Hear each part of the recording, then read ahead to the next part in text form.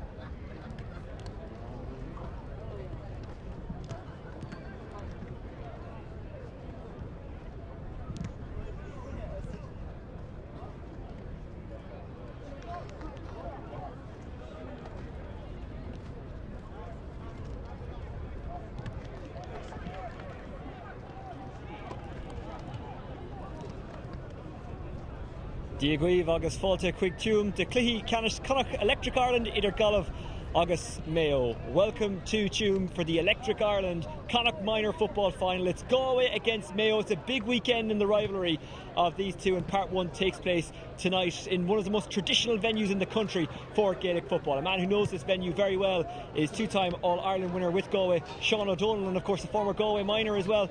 Sean, it's always great when these two meet, regardless of the age group, regardless of the competition. We kind of see it like a religion now when Galway Mayo meet in kind of finals. My own self personally, 27 years ago since I put on a minor jersey at the hands of Mayo too, I felt defeat that day and tasted it, but many a battle after this. But it's a great opportunity for these young up and coming footballers. As I say, they're prime footballers, way better in shape, in skill levels to where we were so many years ago. And it's a great respect to the counties that have been building on these both teams to up to this level, and we can see the football that's going to be on show today. Regardless of the results, it's a very special thing to play minor for your county, and it helps these young guys to build an affinity not just for their teams but also for the sport of Gaelic football itself. Well, there's a lot of them. There's the mental side, the physical side, and regarding these are young men coming ahead. Like, I mean, there's all about 17 years of age, some 16-year-olds, but it's a huge thing. It's a great chance to represent your county. It's a great thing for your club. You're standing there, as I say, on the shoulders of the guys there done before you. But also it's a stepping stone regarding you're kind of out there in the show window. What's coming next? What is the next Michael Clifford, as we call it, like that? That's what we're all looking at, the scenario. These young lads here, we've seen them in the league up to now. We've seen them in the prior games to this. We know how good they are. But now we have the dry sod, the summer weather. Now we expect the real battle to hit, and who will stand on top. And I imagine you're quite jealous of these Galway lads that we can see here, because unlike you, they got a couple of goals, because the competition is structured now that you can play a few games. You don't just get one shot, and if you lose, you're done, unlike you guys back in the mid-90s when you played minor. Well, that's true. Like, I mean, you got one chance and that was it, and depending on injuries or bad weather or a bad day, that was it, you were out. So it's excellent now that everyone has a chance, and it's excellent for the managers to get their players, because they know how good they are, to see them excel what they want to do, but also for the players and their families and the supporters to see them how good they are. And we've seen both these two teams here. When they met there, I think it was the 14th of June, there was nothing. It took a penalty in the last 5 minutes and a goal off the post from Cunningham to make sure Galway won it, put a bit of glass of a score that they won. I think it was 12 points to 2-11. So really there's nothing between these two teams, and I expect a real tough game of football, which we see kind of as we're so used to seeing us regarding these tactics and maybe negative style of football. One thing about under 17s, all that style goes out the window. It's each person his own individual battle and must come on top on the day, and that's what's excellent about minor football. Galway going for a 5 in a row in Connacht tonight. Does that have any bearing on this game tonight? Does that give a bit of confidence to these Galway lads, or is it not a factor because of the churn of players at this grade? Really, I think it's more of a pressure thing, in all fairness. If you look at it in that scenario where they're going from the guys before them, going from 5 in a row, I suppose as Galway supporters, we haven't seen the return in the All-Irelands, which we hoped last year. Very disappointing against that Kerry team where we had them on the ropes, and maybe you can see a bit of a collapse at the end against Kerry where they went on to win. So really for us it's always great to beat your neighbours, and we'll always like to have the scenario to keep them down, and that's what we want to do, as Mayo have done with us for the few years. So that's the big battle. All we know, these two teams will go on, continue on into the All-Ireland series, and that's what's excellent about this. Both of them aren't gone out after this, but it's all about the bragging rights, and it's either on the N17, going back to Castlebar, who will be beeping on the way home. Or the M17 as it is now. For Mayo, they haven't won the Electric Ireland Connacht Minor title since 2014. This is their first final since 2016, so they'll want to end that pretty rotten run by their standards. Well, they'd see this as a famine. Like, I mean, we've got Mayo are renowned for their underage football and their structure up in Mayo. So really, but I suppose they've been coming up in the last couple of years. You could say Kerry the same way down in Munster, regarding a very strong Galway underage structure coming through. A lot of work, and we keep forgetting this, all the underage structure, you're going from the development squads regarding under 13, 14 up. Huge amount of work has gone into these footballers. Right? We look at ourselves as ex-county players, and we see what these guys have done. They're nearly seasoned veterans by the time they're 20. So it's excellent in that scenario. Okay, Sean, for now, thank you very much. It is Galway against Mayo in the Electric Ireland Connacht Minor football final. Here's the anthem.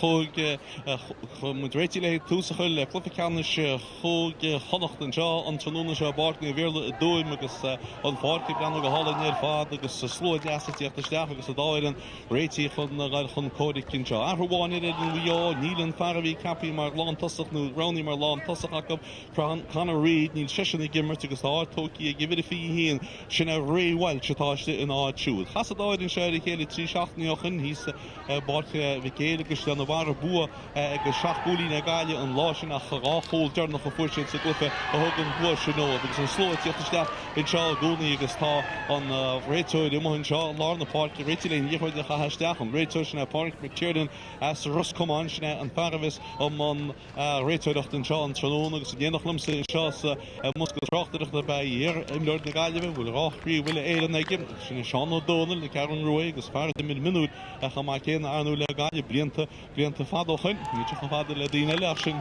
tre fada go má. Tá an réiteoid le brenn bhfuidir bhuiidir tá an réiteoid réití le túsachail leis an Cluiche seo Cluiche Ceannais chuga Chonnacht an tróna seo tróna álainn má tá gíán tá si cinál chola go gáile an tróna seo ní mór an gíán a ríonn ceapíonn se mór an difriocht gus cinál trast na páirc a síráidní smóna écheil eile ach an réiteoid gníim sa díorthid caiisteach túscoil leis Cluiche agus seo an gaile galíonn an héna lárna páircin sin Daniel O'Flaherty leis an díorthid cuatú duine cí leon pass a thuirt tugann sé an pass siar an sin go dtíon leacholaí láir sinna étain fiorentí is míonach idálach an siúd agus í builte trasla ag siúd go dtí James McLaughlin McLaughlin fáile deis a tuirta deis agus seo an gaile galíonn inon sí a nína cear thug méidir beidir go rina buntáistín seo kick siartá an go gaile tí stu nína cear thug i cheáí rónil tús mácadín sin ag de gaile bhí a chuúla seansa go bar scóra seo. But there's a piece of the market here in Kerkalore, there's a Kerkhook made there. Each piano share and chin, Ethan Ferrantini, Sponge will Canal and Cliff of Gaillimh Gimmert, Nagel, the Hort Globe and the Roher, Sultan Tavach and Shaw. Khadij Nietzsche Shaw Eskishin is his balance, there's a piece of Maigh, Ach Behert of Sulang of Shanani could have a trust.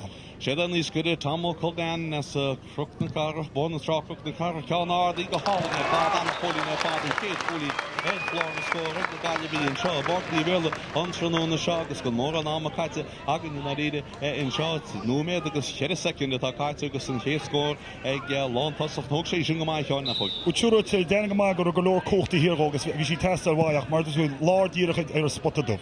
She came up with a goal on the party, but still spotting Shing my old kick serious tackle, with a trust and try to get Ron on Hughes, a steps of spots and Chucky and long toss of the Shockhagen and the fire, the really cool diggers and Frank Irvin shoe on Nimber to the Paddy last night on the forward level score. Mackle Gabriel Irvin, the Dimmigo, we all Trog and Peel, Mark Holy, Sean Hooks and Pinch and we gloat. I got gloaties, my Richard Mark cut the here on solid and go my sure to listen to her touch a good.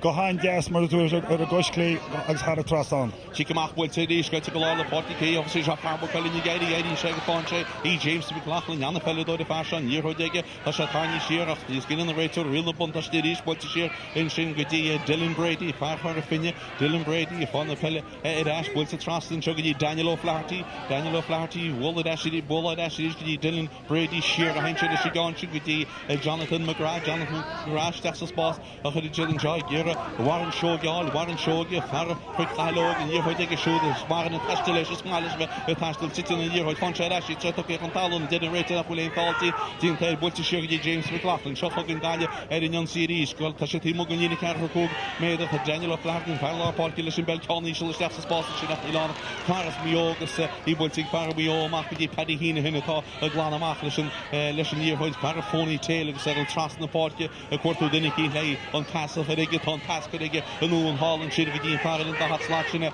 and Shina Ronan Hughes, Canar, the Stahi Ronan Hughes, the long holding the Gally Rory, the King is in Chinigas Rory, King, Farah Lohan, it's the mat, a quarter of Diniki, pass the Kiggy, a Keen Hernan, Farvar, and the Keen Hernan, Shirata Keen Hernan, and Alba, Keen, Tanya Rediga Ford, a Fosa Keen, got Edel on a part to Shira, and Conscion with the Evan Nolan, Stassis Boss and Chuck, to Warren Show, she fought a Tom O'Conlan, Tom O'Conlan, and Alistap, Tom go for the Catarina Cardig, made the chance made a score, Mahogany, you trust the Hall and father will chance a hold, the sheep went to the horn, Eddie Daston, Evan Nolan heading Sasson, Diana Hansen, Cool again. Bhí seans Maigh céanna benúir sin tá Gaillimh fágal Bertie Station Tamó Colnán agus Nathan Grainer agus bh began níam mar níte cinna sóhí an níte de gimmo Tomás chun de cappa fair play go méotas a Cluiche Ceannais an níor mar fada ach mar cúlí náhain sin ag Evan Nolan mar rin sean ceart an scoring test a goló.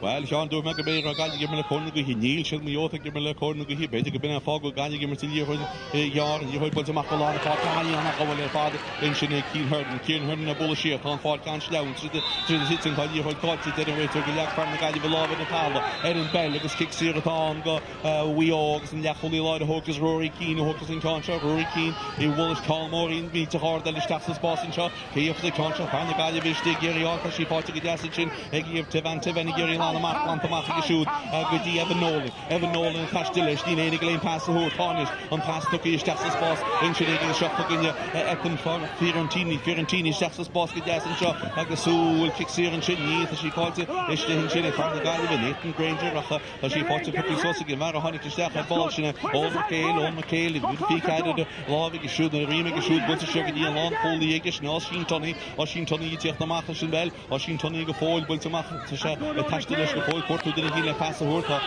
Gaillimh Berta over here when you rad get there and right Nacha Russian Howlus kick TV in a town go Yogus go Farafoni tailings bultish that get Farafoni tell Paddy in Calmore meets the hardest that can hold can on the hot with the Achan fully Rory King you dinner up with the gapple there in Chinitan Shag the kid walk with the Shinamina to say you know what he simply killing us know the start of the talk Shasta people of parking talk because there's a fun Lero chin says not categories and poverty agus putúngi the Gaillimh in Chinitan kick Siratán go BEO and Farrah against even the shot Daniel McNulty in Chinnas coming you here wishing conscience agus see Kunira they get there and right to the far win Roscommon Patrick McTiernan kick Siratán go BEO Timo Gagnini Carr Cook Mader Tashisha Harted Carr Shaft Mader amach on the goal of Farlaw Park Aiton Henry Hawkes in Concha Stoilum Aiton Henry the Talain Concha Hogel Tashiarted Carr Shaft Mader amach no machine will on the for the Shakim can skip you hurt the can guided the hurt the Shara trial can more me the hard Stachamil whole can on the hunter oh Dimishiga Onego Husson Tori in the Gaillimh counter Shinika Sheikh Rotafik in Chinam aber Fikim Frank Iron Chinga Moyo the coup de get is the Puku Susi Glean Turban because I cannot differ most in Ireland Chingas Fikim the couple kick and chin here on the couple Lero more good seconds so you know the King School Mayo got a trial go hard to Hedle is a Horgui Haku bidding in Balmore to Garno because bidding were cool at your agus contourt an tamse da tá sé go mach le lín kickar cog méidir agus an Farlaw Park Eton Henry Lane Concha Hogel vi an hanige wil to go hard ige brani si shagam so go will she cast agus tá she had international an coolie now Turkey ige on Willikar no kickar cog méidir fagan se go na scorely Corman Shawri off into TV can agus hogstation go gloat aga gloat go sponge skillet on the token the kick in the zero on tile agus rudwan fi wulcha go race agus false vi nyat the spar like a false hard trust Shafagil Muyo kick come through to the covers he grew in shin Ronan Hughes the Galchan King go forward burst through with the road and you heard Patrick Gucci fought to dash again she fought to that Rashid Stig burst going to Gaillimh for in will fall into the Yale on the hospital fat in the Gaillimh said the year and year hocha Alana Machel and you go dinner kick Sierra Machel chin up agus in kick Sierra grew to Akobus grew to good gloat in shin neg far in the Gaillimh and Farrah against even Cook far on the Keen Hernan agus will shag Gorty well this cause of the media okay Meisha okay well so I get down to go cliff in the check go cheese Holotion go hard agus branch agus go kick here for to get the rate to go kind initially ach die heb wel more on inche ja tre kakkelor ta shot no met 3 second catch son Cluiche Ceannais Mionúr whole score Cluiche Ceannais picking and tallies go love lucky the year for the Italian fan the guy be kick Ceannais go Ellen showing we all should team ready Hogel Schipino with real should be had it just on tactic Kennedy come more meet hard is that Camille hold bistino such all chances down will the rate to the start hunter song medige mar kicket kitchenat ni ran fall on the rate to go shot again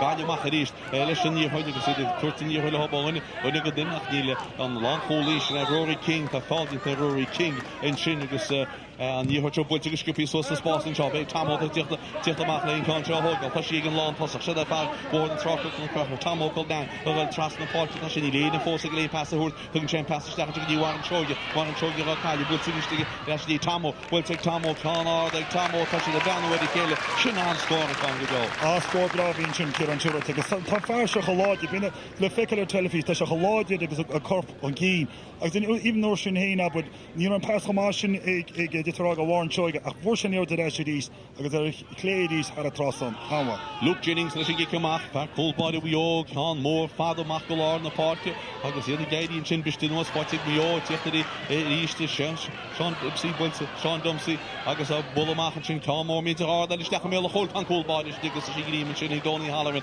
agus Donny Halloran tíocht amach fer seamhagí chortún tíocht amach san díorthir tuí amach sin ige seocha gin fear lápáce James McLaughlin a tuairt siar go dtí Aidan Nolan Aidan Nolan fuair puintear ball hí seans a chul lá na páce go dtí Daniel O'Flaherty gáilí ggéar an líothir de thuirteáin go duna BEO a gine tíar na lehéin go fád go dtí se ar éanús cadíana sé leis a gáin seo a gáile i ggéar chun cín i ggéar an lína cosanta tá BEO bris Cán mór míteach builteigh Daniel O'Flaherty isteach sa spáscaí deafas a Cán seo trí go teach ar a tíomhlína agus is cosúil go le gáile an kick tíomhlína seo mar an seogaí hir an sinna go brúdi hí mar an mián ach Nathan Granger agus kick tíomhlína déach tá móí seochan over the barvig. Should have been Queen Kiran, Tom Hoshkalad, Feckimus, Nichagoli, touch a Galan can skipway. A Boshana, who touch a Feki Shahan. Can you hear the machine hand to shell a three ladies, will shell a cork on you, touch a Dina Valestach, a following our work, Wilchstaff, Spots and Chile, Trochon, Nodere, Bulling Sheep Hollow, Tongue She Rash, the number K of the country, or she puts it, shuts a hole, and a hole to go border, and a hole to go, Luke Jennings and Shin Connell, the post, the honey sheet, Ash on and Todd, Darrigal, we own it. Shane is a kick of Hoshach and Ocean, Tom O'Conine, so you get a rog on a cool body. Agus the fid mar river in the holla Woolchin Foster it is so when can skip we tag run solve dun héad sá an ocean agus as a tasa mar the week gal cool the option or so into lugaku. Well, tá gortuagan in seo stoilm go méidir go me chollhor ceach leortán réiteir go leisteach chun se le láirlis na mír fi rodéigen is kick cear cógatán go na Gaillimh chun feargo BEO gortaí hall in sin cóléise go léile agus kick cear cóg méidirtán go na Gaillimh agus sé James McLaughlin fearbo Culling ó hógus in Cán áiris seo agus bhfuil se annaí seach ar head international ó bhín tá neargar BEO in sin in a réide tá chollagan go hían is ggéirbh cosins clufa magadtí seo Cliff Howa, no Scotch, if I can steal take Gaillimh, because it get a hort lobe and an owner park, I guess I wish a queen night cash the Shanina, Brady was announced Cluiche Ceannais skip we bid. You can't shoot Bulty Blanny, she go Chigama, Shell Kashigama, and the holy in James McLaughlin, Oshi Caracoli, the Sinish, Tall Quinta, on the Quinta and Keen, Nigna Gaillimh, the Kid Quinta, when you don't will score, she can't Kid Quinta, now you do, if I have score, and a couple got. Trí dótá na riide cumid linn si cumach bhfuilte trí pointe na dótá tá chlár na scórbí ceart in seo seochagan si cumach bhfuilte ag Luke Jennings John Gaidy tá bhfuilte ag Luke Jennings nó go dtí Alfie Morrison a ggéirí lánach tá sé sáí siar go dtí an Coolbád trí cholín in iPad Gaidy an cín Coolbád is Luke Jennings anna hábhar dínta gach bhfuil bhí se na cholar se gan bhfuil post agus bhí míal ceart head na Gaillimh míal ceart Nathan Granger na an coaching party go seochagan BEO in parafóní téile a lá na party in Sydney Shane Dempsey tá scrad into go Shane Dempsey tá kicksir in sin ag far BEO agus Cé Hócas in Cán seo op hir na lehéin gon fáchtán réiteir de caiinte sin le par na Gaillimh ceán bé Tom caiint le Tom O'Conine agus beidir rís bhí mar caiint luir go leir an láid dé agus beidir amtí tá se go mátí bháinach go le seachla cinál go dtí mar sin droch teicil bhíansa agus tá se ná go le naid tá carta buífeici agus is rud conta sin gail de chála se dimar cholóir sin ach Well, tá carta buí fáte go maidir tuachtán gáú mé dé catí tein tá chugann BEO in Jonsaí an seo bhfuidir ile tá slú teachtasteach fós in seo chugann go go lá na páirte siar atá BEO leis an díortháid seo cuairtú duine cinnta bhfuilisteach sa spás builteteach sa spás builte go deas isteach sa spás agus seo chugann inis Paul Welch mar fuidir chéad chólan á fiad tá seán tá sin díana sin Jonathan McGrath ach tá sí fáte rásin sin ístig Paul Welch an cí gus don bhhar bhfuilte siar an sin go dtí Paddy Heenan can't builte go donna Paddy Heenan agus can't chuide múach pasha se fuidir chéad chólan na ligad lá. sé ach dennig gomáin is go Jonathan McGrath warcail agus sé nó skirtan ar lá saoir níos ní tá go má chuntar tadán gan mór an spásartógus le go ddíiste is tá Jonathan McGrath an jabbar fi láid. Agus fear an chuntarteach Paul Welch má se is seansa bé na réidir seo gan gaiile leis an íorthir tá siad i gimmarách contortar here on the Leahen go forward and lawn holy Rory King get out and you heard in shin with the Ethan Fiorentini was like here Ilana Mackie Daniel off Laharty Lorna Park the Daniel Latashki let's go to High Lorna Park in the Dina Lini Karen Cook and so look at him where she actually came machine Tamo here in the Pelle and she put it Tamo that's the spot in Shilling so she forced in shot Daniel Cox put it Daniel Cox put it Daniel Cox I just put it had it like Daniel Cox Shannon scored scored and it's a real finish which I like Cheska Cook made was just a fork and chin a Harish Daniel Cox Era Olin Stach I guess when you chan with Kerk there says ka had a trust on Zan Tavato immer ta wa gaile sus could you show here Kerfin tonight paid a gaile van Keen she came off le bolle ag goal body ta hook finte and I do ta on this yeah hook finte na do ta on shocking on long holy lesson bell Oshin Tony Yerilana fan the gaile with Titi shine Tom Ocht as I can't go on you predict me all here in the Lina hang go fort in the hang go fort trustna will should be turn shot you lead a mark Colin shot on you predict on Gilrain here on you heard the hurt less she was looking shot she thought Farrington hugging chain pass over you hugging on Gilrain is with the bullish staff and chuck the Daniel Cox with the Ronan Hughes trust the party Ronan Hughes the conscience with the Dylan Carrington the who chief didn't Thornton needed delivery to actually Ronan Hughes with the Ronan Hughes staff says sponsorship with the Kieran Miles attached to the Charlie Kirk no can you beat the Halish staff sponsorship with you and far more push the chance to stay Paul Welch cold body didn't go back the Paul Ray Welch is in chin being Paul yeah chinny car cold body didn't go back when you want chin Hadish bid Ray Welch bid you have to go up to the master for low the hin got the trust and you should not even should let pass love but feel the cool so fucking Gaillimh see I guess Keen Hernan to pick on Talon the kicks here at all gun Gaillimh I guess will Tamo just the Maigh Concha Tamo Culnan when you don't go she shot she can't cook made her mark will she fell in the hole on style made it go Captain the Willach Mahasin James Malachin bid this left arm Corinto Shanana Yunagus big led Maigh Canal and Tall Notion to court the Duva for Notion again we get Hanya she's the Farah we gaan mis nog eens de versie goed harde trasten. Zo ga ik niet chic zeer hard de kerk kook mee daar maar on het lava Tom en Tomo Culnan Rachel Lisha o Wallach die in sig gaan op wil te goed geloot het vader is in art score dat art chic zeer tot je van lang voor die is maar scoort die pas en dan gaat hij is er in such an art score by far worden track which meant see you point Tomo agus abris effeklo goeie tegen vork agus o kick see het is gimmert water agus ka immunische ver loch banish die dat Thomas Morley agus starcha maar fik when you know shin Tony in the row off lohed dat I can and has a lot did a little kid on agus since go bra is fik mo tani maar te weten ver long hole shin Tony to he's at the talos and you die ben go man team go Fabri Fita Koyaishale shoot up with Yalishka Harta Holaterenos or Casting Chata on Tronona Tedim and Tronona Te and I really keg will priest ask here Lona here showed shade staff oh cool while award cool machine cool score just said it in show what Macht some kid hard on Narida hit chat in style much back of the ni rain him for that hit shade in the Koyaish Goni. Flip it down, so good take on. Share Braska to get the intof if we eat and try to see my balancing the log on the tactical even the nose of the foreign danger. It's what into the it's Cliff skip for you, Cliff Oscar, an active in Nawa. It is to think can I could three tactically different ball in the yard, can he skip? Speed the 5-1 to let Park Tomb, Jim Picken with Tonkin on Astro, it's just a scan of the bid when you have Roy Wastu back in injury. It is a Capilor, then you heard the Guinness again around Valley in the Martha, Sheikh Shachno Mete, Katzes a Cliff, the Gaillimh and Keen, Sheikh Holy Neck of Shoot, off Nick Mio, and you heard all the team out the fort, kicks here down, and go Mio, and Yahing go fort, well, Tasha the Pedani, the Hale Holland, she did end of right to the raw, Kunirigus Imni on Cliffet, Rollish, Fabio, and Shear, which I told you all the chicks here, all not meet it, Shed Khan, which is Shear in cold body, it doesn't be Chetty or Edica, no, Tasha shouldn't lose each other in the sheet. Hockey get us in a ham, I think, because shake out when you kill a race in this, as a malus is the club, because you can kill the village.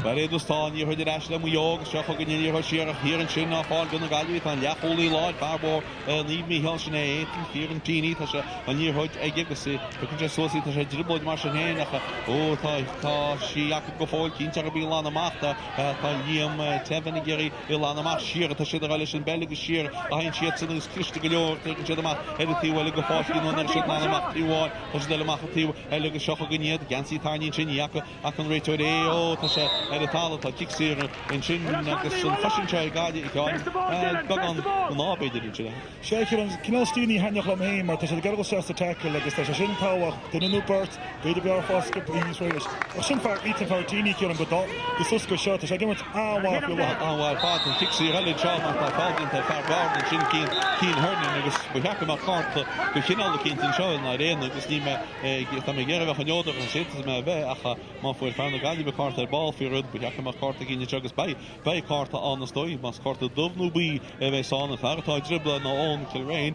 agus tá an réiteid ferras comán sin Patrick McTiernan na caiint le siú stoile go carta bí gus dóithúir sé rós carta bí tá tuí ige aró tá fe nach ní mé dé caiite ain seo de bhecatí se gan.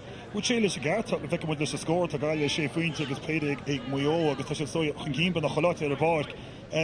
Rud bháin faoí an difriúil mór fiú láthir feice mu an goáid a fear lán tosach gaiile tamó go neinings feice mu ríise le kicksíir agus go dáta tá sé dochléti.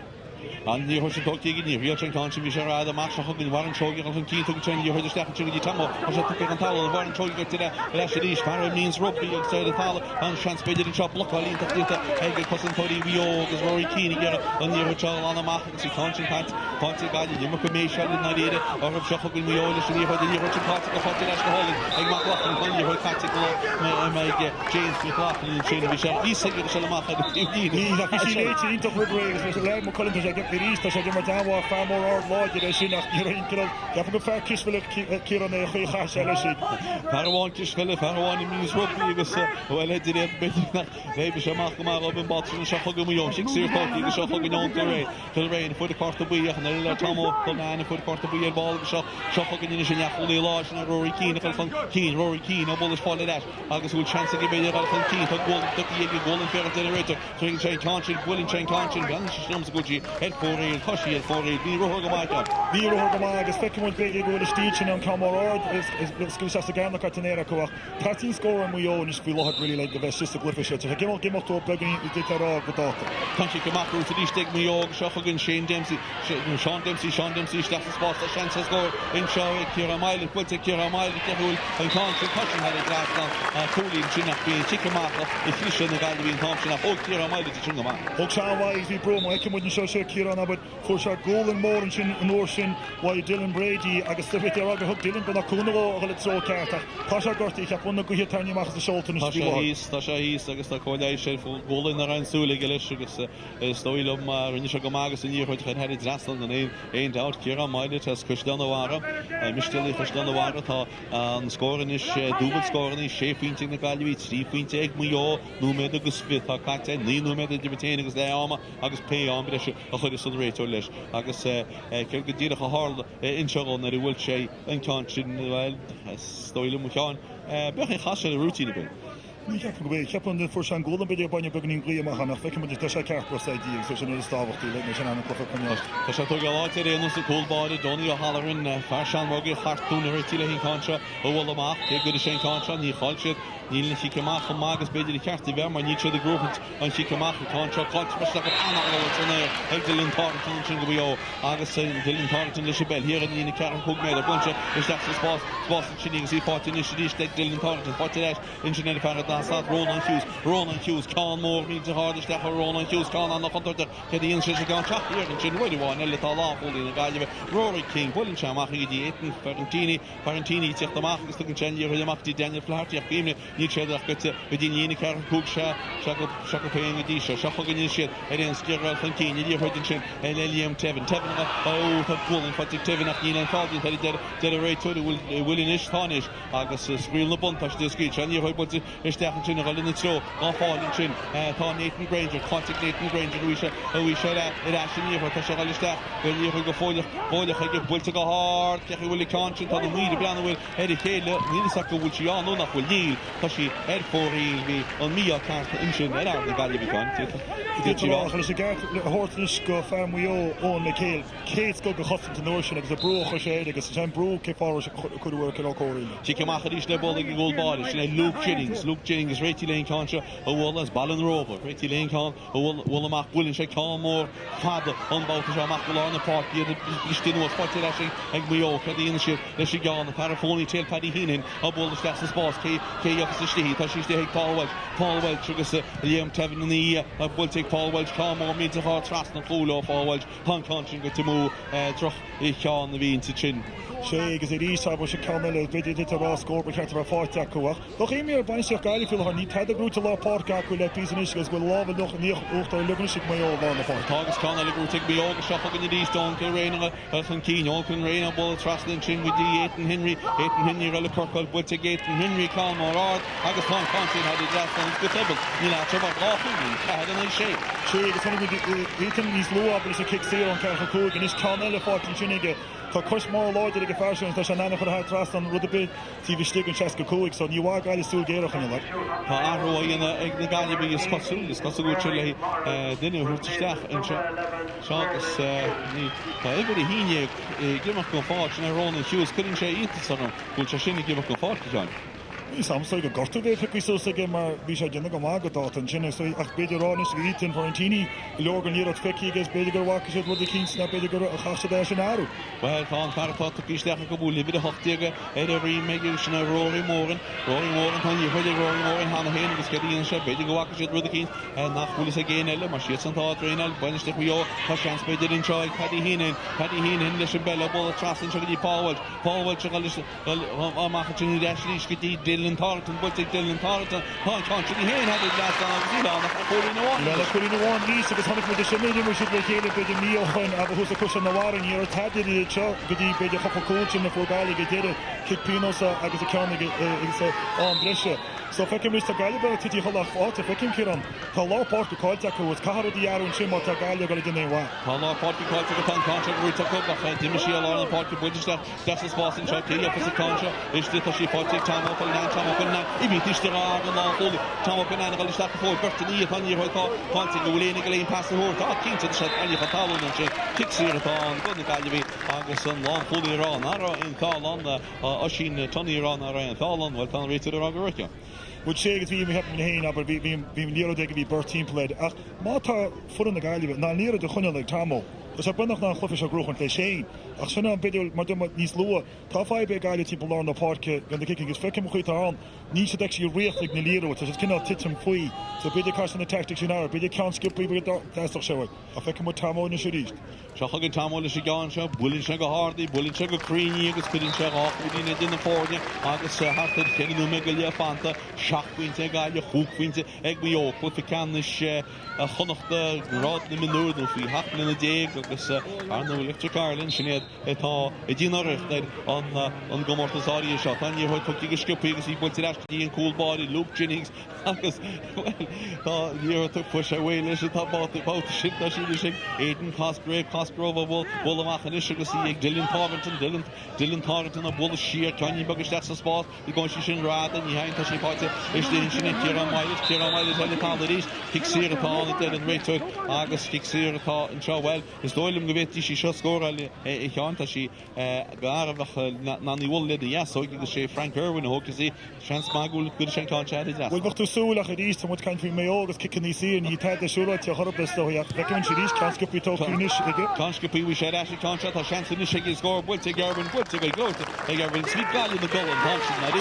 Fecinn tá sé titim scoil an éisce a rís Frank Irwin hí sé na rúseach go má hín se rud cliste ceapú hingar sin aní chu hard rasan hín se canscopí gus mun se rudí bhaidní séisce agus cuiín anéis go fortas. Fu sé Stefani Bellná vertecha sin mu kiach builte ríiste go agus seocha go ríiste Paulwell sáin sin cíar le léana tá sé goach tílíine in sin tá muinte beorra go bechí taine bhmacha ach tá an réite tá an muirrá le muoin cáse tá muinte na Gaillimh le gaiíach le muoid a muirpá Welsh Lane Concho Hogel, Welsh Texas Boss, Egg Welsh Con, Alan Wash Texas Boss, I reached the station, kicks here and chin and I did it. Ah, well, Nish, Hoshin Mood. Well, Hoshin Mood on kick service insurance, Cacolio. Then the Slamio kicked in at on, go off, Stewart, the Lane Mark, on the widow in the Gaillimh on year, and Shin Nick Paul Welsh, Rachel, and Concho Wall, and Yee had Linica, Hedavider, Dig, Bullicher Con on the Hunter, the Texas Spot, and Chin Chief, still spotted Ash and Chow, she fought it in the Gaillimh, sheer Angel,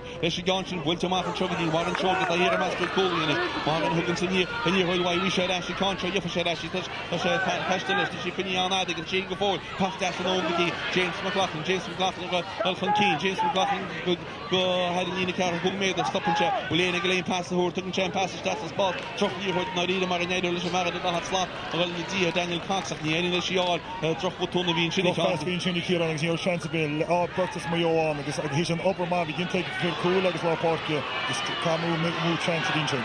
Trachon go mwy o wedi Camor mi to hard al istach spas y chin bist nos glote Cox Shana Ray Cox chance beide istach go min chobe go chance score strength Colin beide mache im nin ched will to go hard will the four ne could have score get caught Neil on continent last on shot Colin thank me o shot Colin na Gaillimh agus mo di tanel yaam in shaw Bartley Virle edo wat Ceannais Chonnacht or Ceannais Mionúr Chonnacht had it last on the four ne score agus after no med agus 10 second go nam fant agus beide go bei beranu med an brische an no machine agus shogun an she kemach na bolle cool ball in the Gaillimh heiskera for lot of look at Gaillimh to titi asgeriga which is so ni liro trosos so he get la tosa she get big in a five but hadis come when you see na bo Mayo to the former score need to the gober crew agus in another sabach agus so he to get as a official one chogel she here agus to the vestir and you call take keen to down with then return after the way fall in Shinner to go from Talon night the shopping Mayo match here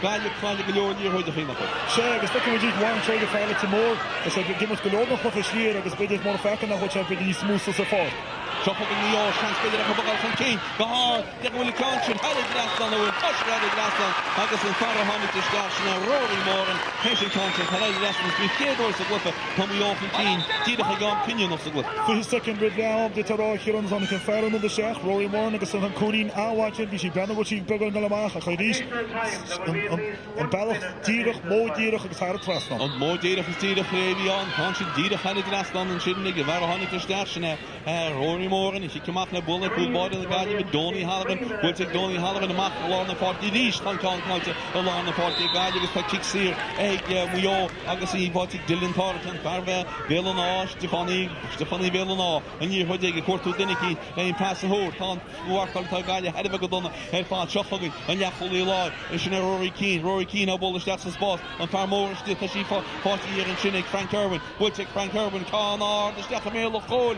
August she shouldn't go to move the chance in Shinnick in your really the chance Maigh these take here enough for the one to interfere lad Oakshot Neil fights the big kick the whole goal because it's brown of the Shinnick not willing fights the lads Oak and Ocean and you know a these take a chance Maigh over Peter van Keane and Ocean Déach seachgan si cumach ríiste 7 pointe Gaillimh 8 pointe ag Mayo si cumach bhfuil amach ar lá na páirtí cínte gáilí ní hodáil na lá na páirtí tá Mayo teach ríiste go sean scór a linseo bhfuil ag Shane Dempsey go hard agus fáin country heading Gaston agus sin gá úlín head in na fórne ní gólín ag Mayo 7 úlín a Gaillimh agus tá Mayo causa go mór sinú tá Gaillimh títí sé go mór. Bhfuil Peter agus ba dom farta bheith ag súla sa fedó blis le den lads óga se le an mar tan tún títí lugas ag bitar here in the whole blue shack no med maar niet de groep van daar parke niet de markt zo dat is in more is Chagas in die rood met daar tola parke die room het had al parke voor staan in de night en hier hoop ik dat die Tamo Colnan is hier niet leden hier willen als hij past met een ene keer goed mee dat er hele score kun je aan de vertief dat hij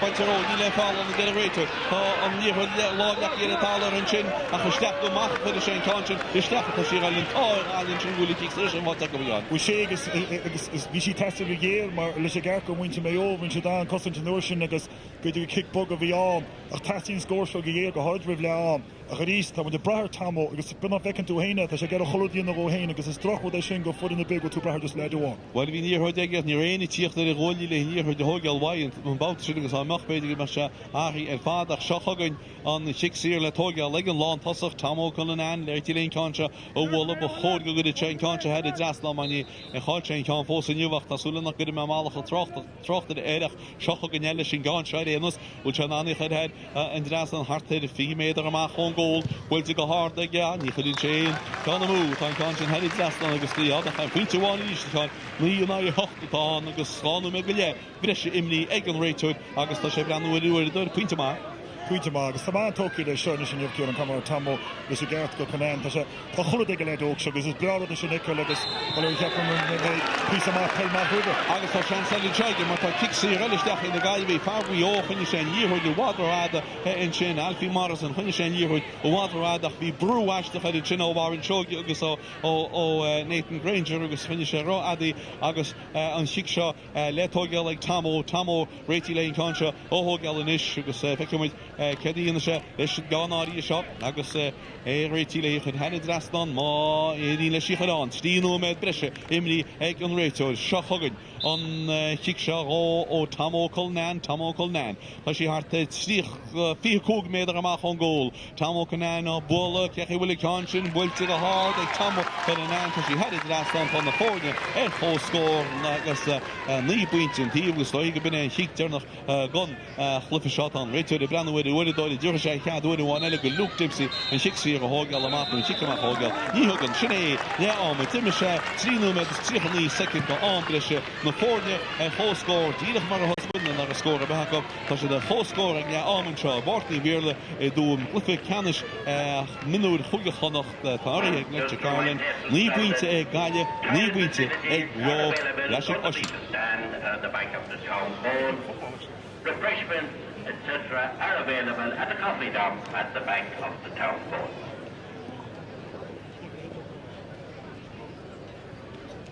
Sorry, go again. Well, half-time here in Tuam Stadium in Galway and Mayo tied at 9 points apiece in an exciting Electric Ireland Connacht minor football final. Sean O'Donnell, first of all, it's just a really entertaining game, isn't it? Well, that's the great thing about it. It's a really entertaining game. I suppose both teams showed they were on top for maybe 10-15 minutes. Galway had a great start. Tom up and full forward has been outstanding. Looks like no one can mark him. He's taking with his left and his right from free kicks. Then a bit of a lull then with Galway totally lost the midfield battle. Mayo totally on top in there. And maybe Mayo could probably see themselves they should be 1 or 2 points ahead. Missed a few chances there. And if it wasn't for just a few, maybe we can call them soft frees, maybe that Mayo did mistakes and their tackling coming out. Galway go in now at the moment, as I said, at the moment 9-0.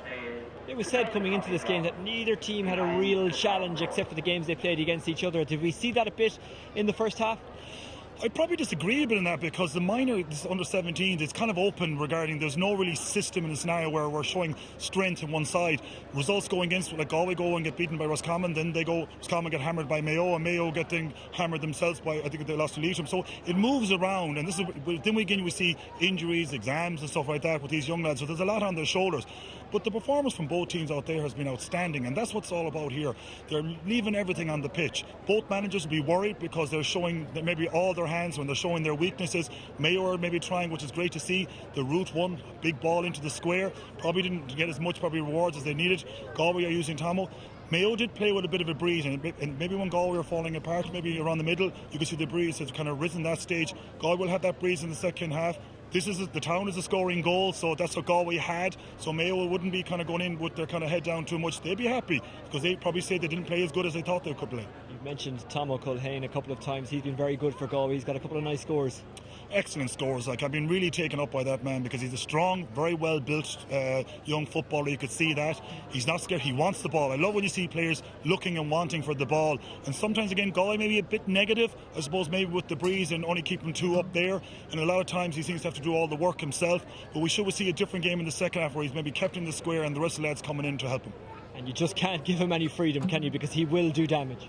He will do damage. That's how strong he is. And if we're looking then at Oisin Tunney, who's marking him there, I thought he got injured there, and that would have been a disaster for Mayo. He's tried him on the left, he's tried him on the right, and he's not seemed to get much reward out of that. But with saying that, like, I mean, Galway have other good players too. If we're looking in the middle there regarding James McLaughlin, great free taker too. But again, he'll be disappointed with his display around the middle, where Mayo have probably been the dominant around the middle of the field to date. Mayo have got some nice scores as well. He didn't start the game, but he's made an impact since coming in. Rory Moran with a lovely score. A lovely score then, and we look with Frank Irwine then as well, as you know, I mean, like his father, showing a lot of hassle in there for the Galway back line. Not scared to take chances. Had one or two misses there, probably where he thought he would, but I love seeing that. I mentioned that in the commentary there earlier. It's great seeing at this freedom. They're not scared to take chances, not looking for the easy pass. They see the post, the confidence is up, they go for it. They're just running at each other, and it's great, isn't it? It is. Galway probably using the more running game a bit more, I suppose, with the breeze they had to. Bit disappointing. They're going into tackles with there's 3 or 4 defenders against that. As a coach, you'd be kind of going against that. You give them more the 1-2 and keep going. Mayo goalkeeper, then we're seeing a bit of the old style regarding he's coming out. It's a bit dodgy there regarding the few hand passes there, so there'll be a bit of worry there. More route one from Mayo, and I tell you, they could do damage in there. His defenders have to make themselves available, don't they? When he comes out, sometimes he looks a bit uncertain, but maybe players have to just call it on them, and that's a communications thing, and that can develop during a game. Well, it is, but Luke Jennings, I suppose, he didn't do it once, he did it 3 times, so I say it's something that they've done in training, they've done in matches. You see now, they nearly use keepers as sweepers now at this stage. We've seen that we've seen it in Monaghan, we've seen even our own Galway Lavelle, he does it himself. So it's probably something they worked on, but if Galway could put pressure on him, you can see a few times he wasn't comfortable running the ball, so Galway could put pressure on it. But we'll say that both managers will see their weaknesses, but they've both gone in probably happy, probably Galway more happier with the 2 frees there at the end, just to go in at half time, because it looked like the wheels had come off the wagon at that stage. So both managers going in happy, I say, looking into the second half. What do you think either manager would be saying to their team at the break, starting in that Galway dressing room? The new dressing rooms here in Tuam, which are very impressive, I might add. Well, that's true. Like, in all fairness, like, there's a lot of talk of Tuam Stadium, St. Jarlath Stadium, where I suppose it kind of went with Pierce Stadium in Galway, that the games had left there, and I know they would see this as a great footballing heartland. Spent most of my career playing football down here, great support, and it's not easy, but they're raising money. We see huge development here, and which is very important. Going back to your question regarding, I suppose, Donald Flaherty will say to his lads probably at this stage is relax. Maybe there was a point there when Mayo got their purple patch where maybe selfish, not giving away easy frees to a certain tee. Regarding then you're talking Thomas Morley would be kind of saying to his lads, we had them, and maybe we let them back in a bit. But they won't change their style. You can see where Galway will probably run at them, Mayo will probably go a bit more direct one, which they did. So it's going to be an open game, which is excellent to see at this age group. And it will be in the end a goal. Regarding, we saw when Galway bet Mayo up in Castlebar, it was a penalty with 5 minutes to go and a goal off the post at injury time. That was the winning of this game. So who says it won't happen again? Lighting won't strike twice. And there's goals in this game. You could see there was a couple of chances in the first half. It's inevitable, you feel, that someone's going to get one at some stage. I see Mayo getting one out of this high ball. If they get the correct ball in there, you know what I mean? There's like, in all fairness, the full back there, Rory King, is playing very well for Galway there. Is kind of a positioning on the pitch is excellent. But they're driving ball in. It's something they've probably worked on, and they're going to do it. And I could see a goal in there. If they just, we saw there that time, they had a chance there. It came to a kind of a bad hand pass, but there was a goal opportunity there. And we're going back to the same guy again, Tomo. If you give that man an inch, he will take a mile. And I could see him before the day is over, he'll have that net rattled. Well, it's an interesting game so far. 9 points apiece, the score at the break between Galway and Mayo.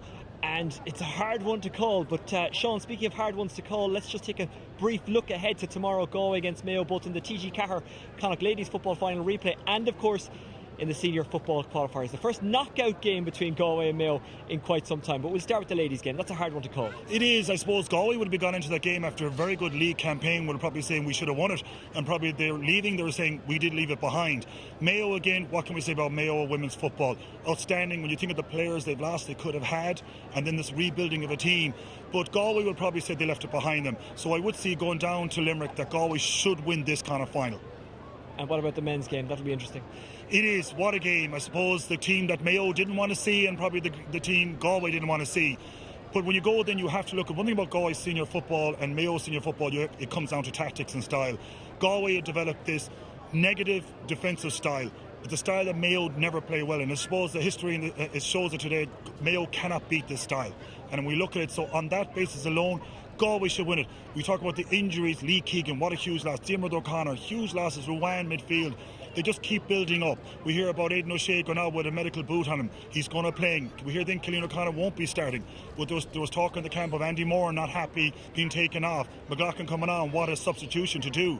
Galway, I suppose, as a supporter myself and as someone that kind of does analysis with them with them about them, you kind of look at it in the scenario where we're not playing as good as we have the players to play. You know, when you see the likes of Shea, Welch, Burke, you think of Farher, these guys in the sideline, Lee, if we got the ball into them first, like against Roscommon, 1 point after 35 minutes is not good enough at county level. We didn't like scoring anymore with saying that. The ball wasn't going there.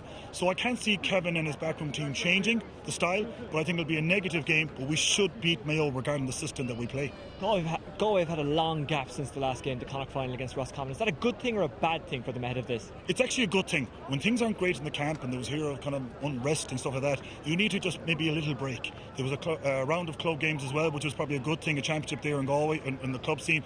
So it gives it time to recuperate, see your faults, all the kinks in your armour. So it was a good thing. The same happened with Mayo when they lost as well against Roscommon. They had a big break and they did come back. So regarding that scenario, both teams will go down there probably in a scenario nervous, because they know this game is so important to get to the Super 8, and they see it as a situation where maybe get back on track and a bit of, how do I say, get the supporters back. Mayo will travel in numbers. We know they do. They love their football. They love Limerick. It was there last year when they played Limerick in the round in.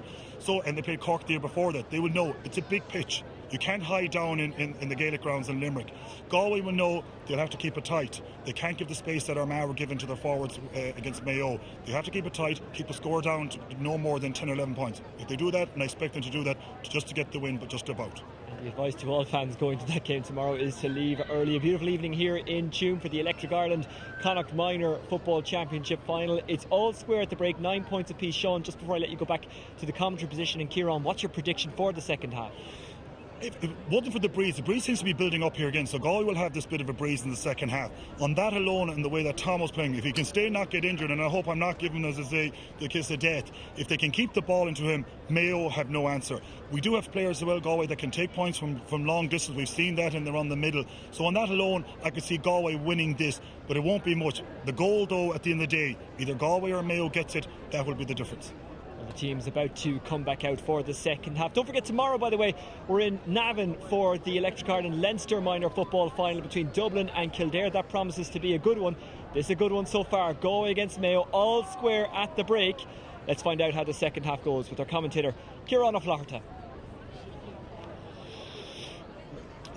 Ja, ik ben maar dat zien ja, moet je vanaf te kunnen daar de mag de baard riest kus ta een slow wel niet de slow bij de gemor kus wie soulish ach machine nie de goede cups shastan ta gejore cups naat na hole shastan maar hij gaat laat met naat na holeen gloedig hij beton rate so agus het 15 maar on baard ja en die site na light en de voorne ta gal zich te mag as een tolle aan Allah en hoe de is gespeeld met de brano wille maro saki in agus holeen naar ook de hechte gondairen ik de pan story maar stada de stoige met de golen hier voor te durven Sonona voor te hebben durven haar vader en zo agus tá an rísin beidir de láidí go bheag an ben sí chuna goáile san dar lecha muo a bhí go mór an deidir chéir faointe an deidir tháinig eis go mór san chéad le sin ag deidir an chéad agus chríochna suas chumach ó chéireach an céad i chríochna an Horn ergo score. Vanaf le muo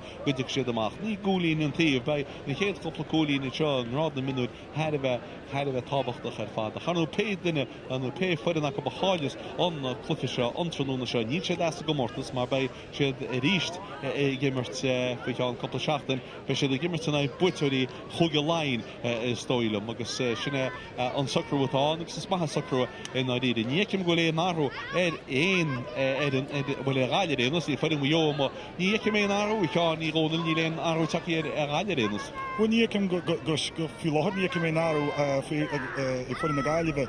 Het is toch hij zo even niet raar. Ik heb anders zo de Gaillimh doen al aflaten. Daar wordt hij manisch listen de miner le blind is dus gehoord dat wordt gewoon moet de Cluiche Ceannais een andere keer maar dat het naar Kerry die niet gehoord die gehoord de Lochland Cluiche beetje de gaat weer groeit zijn gehoord ik veel we did it. Ik moet de one voor command talkie gehoord maar dat je aan de leren de van soos. Ik Tom O'Connor. Sin an difference a Cluiche. Agus dekad bhfuil cool sa fearse. A charíos líad a chuna súsa. Tá súlim sa dála a chamar go bheith mun ní smú go bhhain seogus Nathan Granger mar Bert anwa tosi anwa tan an scóní hógáil. Ach beidir meála stíle bhí Gaillimh 9 na gcuithe gur sé tití siad beidir neomachcha, so bach me súil go bheice bud níos mó option sa darla. Branch alums Braham go lung yardi kan baga. Tá bhí hís na tíblin sinna hí an tá ardí go háid bhaid sin beidir an 16 nóid ag déire, agus beidir go bin an fá go bhacaid Maigh sus an láid an lá na páirce. Bhí sí fan san éir, bhí an Bertlar Páirce Gaillimh cinál bhí sé gead go fuha. A tá clufa se tasí níos agus é rís Fa bit so you heard the tall yak shall have it tall and you yak did in rate to agus beidir the tall in ide shock gaga galillion see what the ball legacy ag Daniel McNulty she called Daniel Fight it a shot point to Gaillimh go float to get in Oscar agus shock gan mak le Maigh agus ní roid akabí stigus by on tá Farbio shinte at the tall will on the rate to lay to Cart Ellehurtin Churchan Kirkatira Harlan so hefum do on bhí se go tíar lírod mar tú hain fan the ponytail agus James McLaughlin canal bhí se cinál cumta agus canál chu se fuiile a ggólan so bei corta buíonn se siúreachta agus ní ceapú a gortaí chodunnas de ceappa a pedi inigin a chafeicemin sin bhí se cumasís le níardáil nar a fór se an ggólan. Well, tá carta buí fáte fear na Gaillimh sin James McLaughlin fi sin agus sin an dá carta buí is tá carta buí fáte ag Tom O'Cullen is carta buí fáte ag an bhartíireach sin is James McLaughlin an úpáint agus tá carta buí fáte go réon chomá. Chonig mudin sin bhí begin mí a chomá bhí mar de bachalíro dige bh se cumta suas ach me go hitlíro chum sé síos agus sin an fáfór an ggónach. Bleanúil sin ar a fís ní se chodunna ag bhí se beanú dasach. Bhí sé ráháil a tar demachchas go dtíireach le. Bhil sin chása bheice mud ní sé rís an tethe a bud. Bhí sé cumta agus an sin charís is kicsaí agus sóid an carta buí. Well, tá Paddy Heenan tuige lá mar réanú agus ceócha chuide má fa sé níor sin tá an cordéis gail tá réitir go tunúg le láirlis agus feiceim ghfuil fearhallar tí hall an fád tá farfi réile hécht steach bei Paddy Heenan hína hin ceappa me check go leor ní buí uasacha a bhí annach a ní rin cúlaige leis tá ceap go leor ar a bus so go bin í comporta gúní is gon deamó go háid mé ar a concussion check here an to the gúní gar a súil géar a chuine agus bhú an tábhata fashion. Seach go dí bhtóíach sí fáte sin na Gaillimh ríiste lápáí Daniel O'Flaherty leis an íhuiid bhfuiltir steach Daniel O'Flaherty cámara orcaí éoh sa canse Farbio teach amach agus í dínta go in sin ag leacholaí láid sin a Rory Keane a taiiste leis bullin sé íhuiid isteach sa spás in sin agus Ciarán Maigh tú teach leis an íhuiid sin ríiste steach sa spás a chuinn spáidetí go dtíon farcon tuide Paul Welch sin íhuiid ag go segad tí muist tá réitir a go brú agus kicksaí a steach an go BEO séntar na se leis an nimmertin sin díomh Jacob. sé agus tásam is rudínta feiceint an réitúí agus is seantáhata go tugann sin na kickan ní síach go háan a lein ruhicht mar sin bhí cheart a scuile lo seantáhata. An níorthar steach mé a chócé a fasán se bliste nó sin nach sípáí na Gaillimh tá Dylan Brady is sin agus Dylan Brady a bolach agus a fáile a James McLaughlin Dylan Brady sáín is de a si James McLaughlin James taiste is cáil sé ní roiá fáin sin kicksaí tá agus tá fashion James McLaughlin go le an sin níorthid ní rion sé tugann John. Beidir go cinál rud agus na lads go láir agus a costa fada bhín sé cinál má a bhealach sin agus i ríiste tá báfáte go háid go níos catú chunealart. Ní sáil Man níoscaí. Se go de réús gaiidir a leútaí agus sanna díorthid in seo tá teiste leis go ón an lá cholí ó fer a chochan buite go háige sin scór an bá.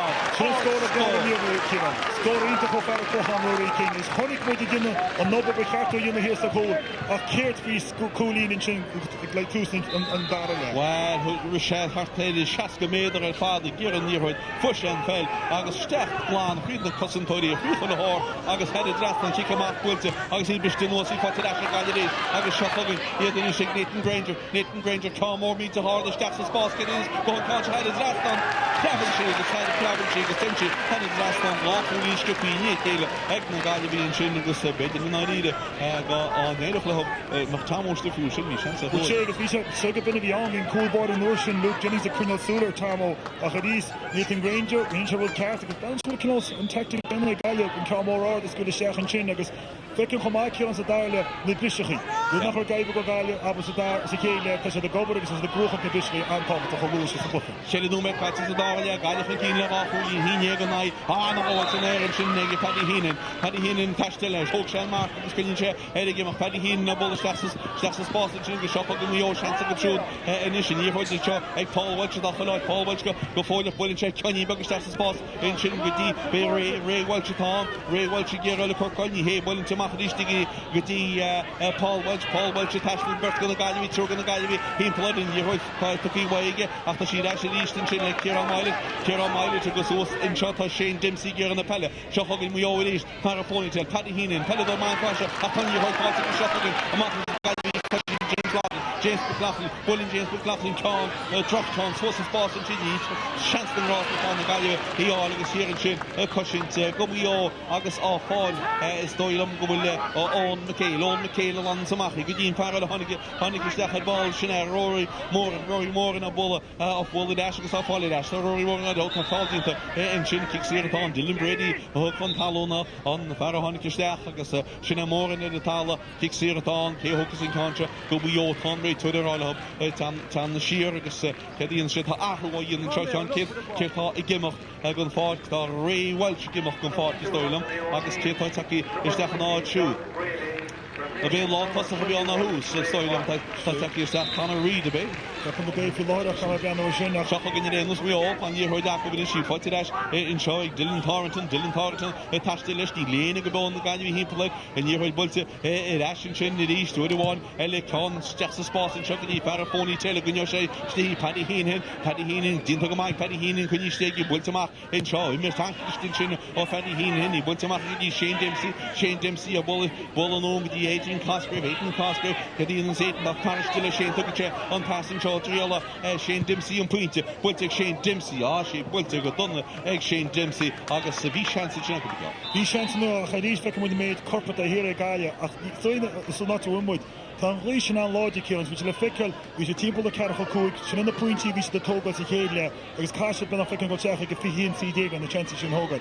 Ach listen up, it is Gaia biggy lager a custom to become in Chin Hama, that the school check a hard in the field there hole we all sauces because of the fickle source.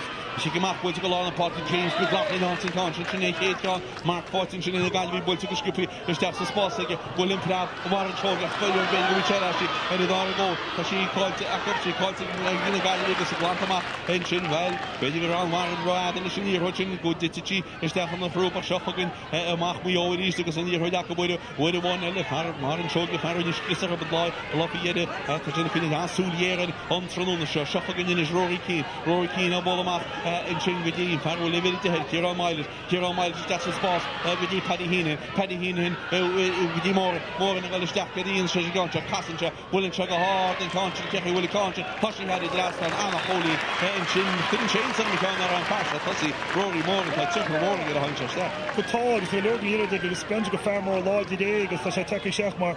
Because I also like big and eating for Gina and I'll suck with it because I think Dintigan, I guess Michael Winchin, Cooley, and a 4 ticket.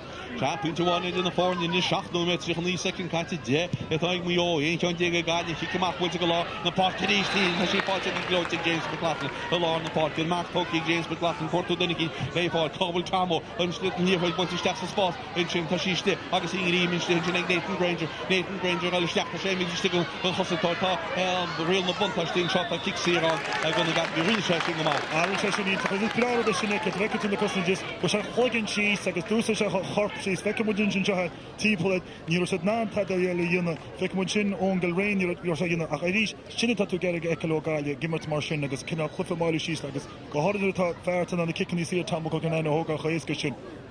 Well, the hook is to and the hook is to the reason to it coolly here by Chandak like a will stop focus by Shana Fog and mean your kick the seer on the Shocking Tamo. They should gone shot Tamo Colnan, she gone show Bulla, will to go hard, they come on hard, because had it last long, because coolly and oh, yeah, she move. duisletí a fád tu sé mó in country brenn sí go sí head international as segus ceapan bhfuil fábhacht a buile leis mar scan an isci bhí Bhí ceapan go bag agus bhí sí bunach market sí sa leabhar agus sí tócaí agus stohí níos beidir roiis go bhí sí go ag go lehta sé ná mar chudí níos bhaid níos deacha chu a trasna go dtí sinnaige. Ceap sé beidir go sí head international agus ceap sé ní séca na bhí síach a sé de tála tá BEO de tála hála tíhile go fáiltí na scólan fáte sinna go mar an seogi agus tá marráile na nuair mar an seogi ggólan ní dead tú ígus tá se gote sí sinna tá kicksí an tá réúid a caiint le mar an seogi tá carta fáilin seogi carta buí stoilm a se carta buí fáte sin trúgan na Gaillimh carta buí fáte a go an tróna segus kicksí atá go BEO. Bhí frostachtar sa tíotar bháin sin mar a ríos ní tú lábh legan na imú be fi láid agus bíad nach chu líróid ceartta tíotar seach ag bháin fi láid fecim sin godáta.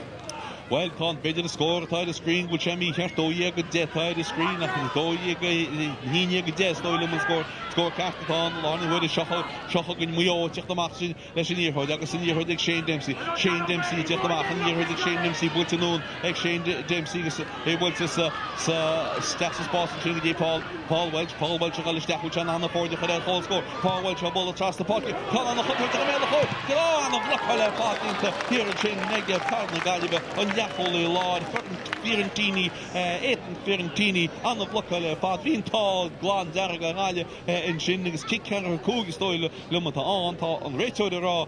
Will kick Sierra, no, Tasharag, kick Henry Coog. I had East and Birch East with the kind of speak here on Ethan Agus Rory Moran. And Kylie said to the merchant, go holiday Honic Rory Star.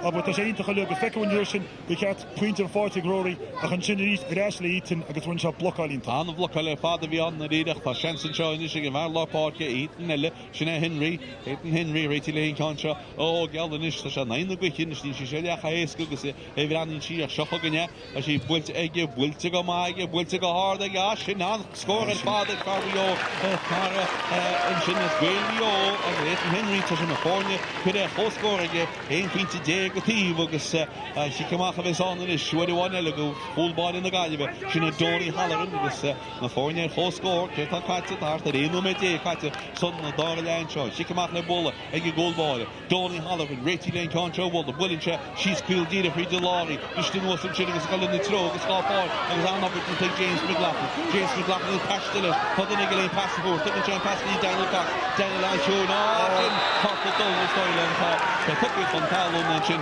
agus bedan a roiin ráhaigi seáin na réidir mai bhí sé stiff is stoilm. Ní ceapan go roií an Cosgrave nuair sinach céirt faoi dhéimar sin ó James aber le na Gaillimh le lecin. Rug sé má hití white fórside istí hí kick sír 40 nuair sin fe chun sin ceapróir an ceartta cián carta dó sísa. Carta dó fáin sin ag Aidan Cosgrave agus cai sé duine cinnta chuisteach an náid Aidan agus fear na Gaillimh Daniel Cox tá sé a tála tá póileid se chu den be sé ceach go leor is dóiling go mé tamráile sé tamil nena tá tugáil i cínse is dóiling go me sé ráile sé bhil íana me batúna na bátas. Wa tásúlam agus i ríisteach tá sé deachan na leid ógus seo cum rá hir an tá brú go leor orb is a gceartta náhfuiltí se leach ró cheapan chuir se a tras an go héiscí. Agus Collins mór in is go mé go Aidan Cosgrave bhí sé duine go máin sin a gáneil. Well, tá sé mí in éanús carta dó agus seocha go ní kick sér agus tamó tulnain díireach amach a na bostaí hart fi 2 méidir amach chun gúil agus cóna go hiile seach ní héad a cúlan ní an cháile de gúil seo go bed a cúil scóráil na tá mar éis sé cúile áití cúil scóráil builte go hádaige de bhfuil cáin sin dheanana sé bhfuil tá sin ciúin. agus is gomach le bolla gúlbáide. Pínteháinid in na fórne, gaile róiag agus tá Maigh ar 1.10 go seochagan Luke Jennings as Ballan Roba. Réití le contra ólamach tá fearra le tar bhfuile dínta ag Maigh agus tá feartachíisteach ag Maigh agus sé Éman Emmett Murphy atá tuchíisteach. Emmett Murphy tuchíisteach ní Yekim Cheta Imi, Emmett Murphy, Takisteach, and you heard them all on the party. Christian was killing Char, Shaffagan Mayo, Shaffagan, you heard him Shaw, Shane Dempsey, Ralph Keane, first the sky, through the sky, Kenny Anadic, Shane Dempsey, that she called into the generator, kicks here at on, go BEO, Harted, and Lean, well, that she had the Lean Karen Gogus, Lean, Jeffing Wood, she had harte trícha cúg méidir amach an ggóil be sí trícha fao ná sí tucha isteach seans bhfuil bháin eile ag Mionúr an scór a choramú agus an fearlá páirce thuchas í seo an fearlá páirce Aidan Henry tá léidir cáinte hógeal a tála a chud sé níorthóid agus réití le chud head drastan má tá se an anseí agus thug sé ceann ar ball bhí wadní structure ná seo wadní spiidirach agus bu ceach me an cáinte réidir se seochaginine tíocht suas builte aige útí sin mí gáhró agus stoilm gohfuil chu le tamhfuil ball cearcha sé mú go donnaí sinna sé agus mu go hála chonig me cáin bhí se cinál beginn difriad a cíar an tóla cáin nu a cáile beidir roiis go bhí si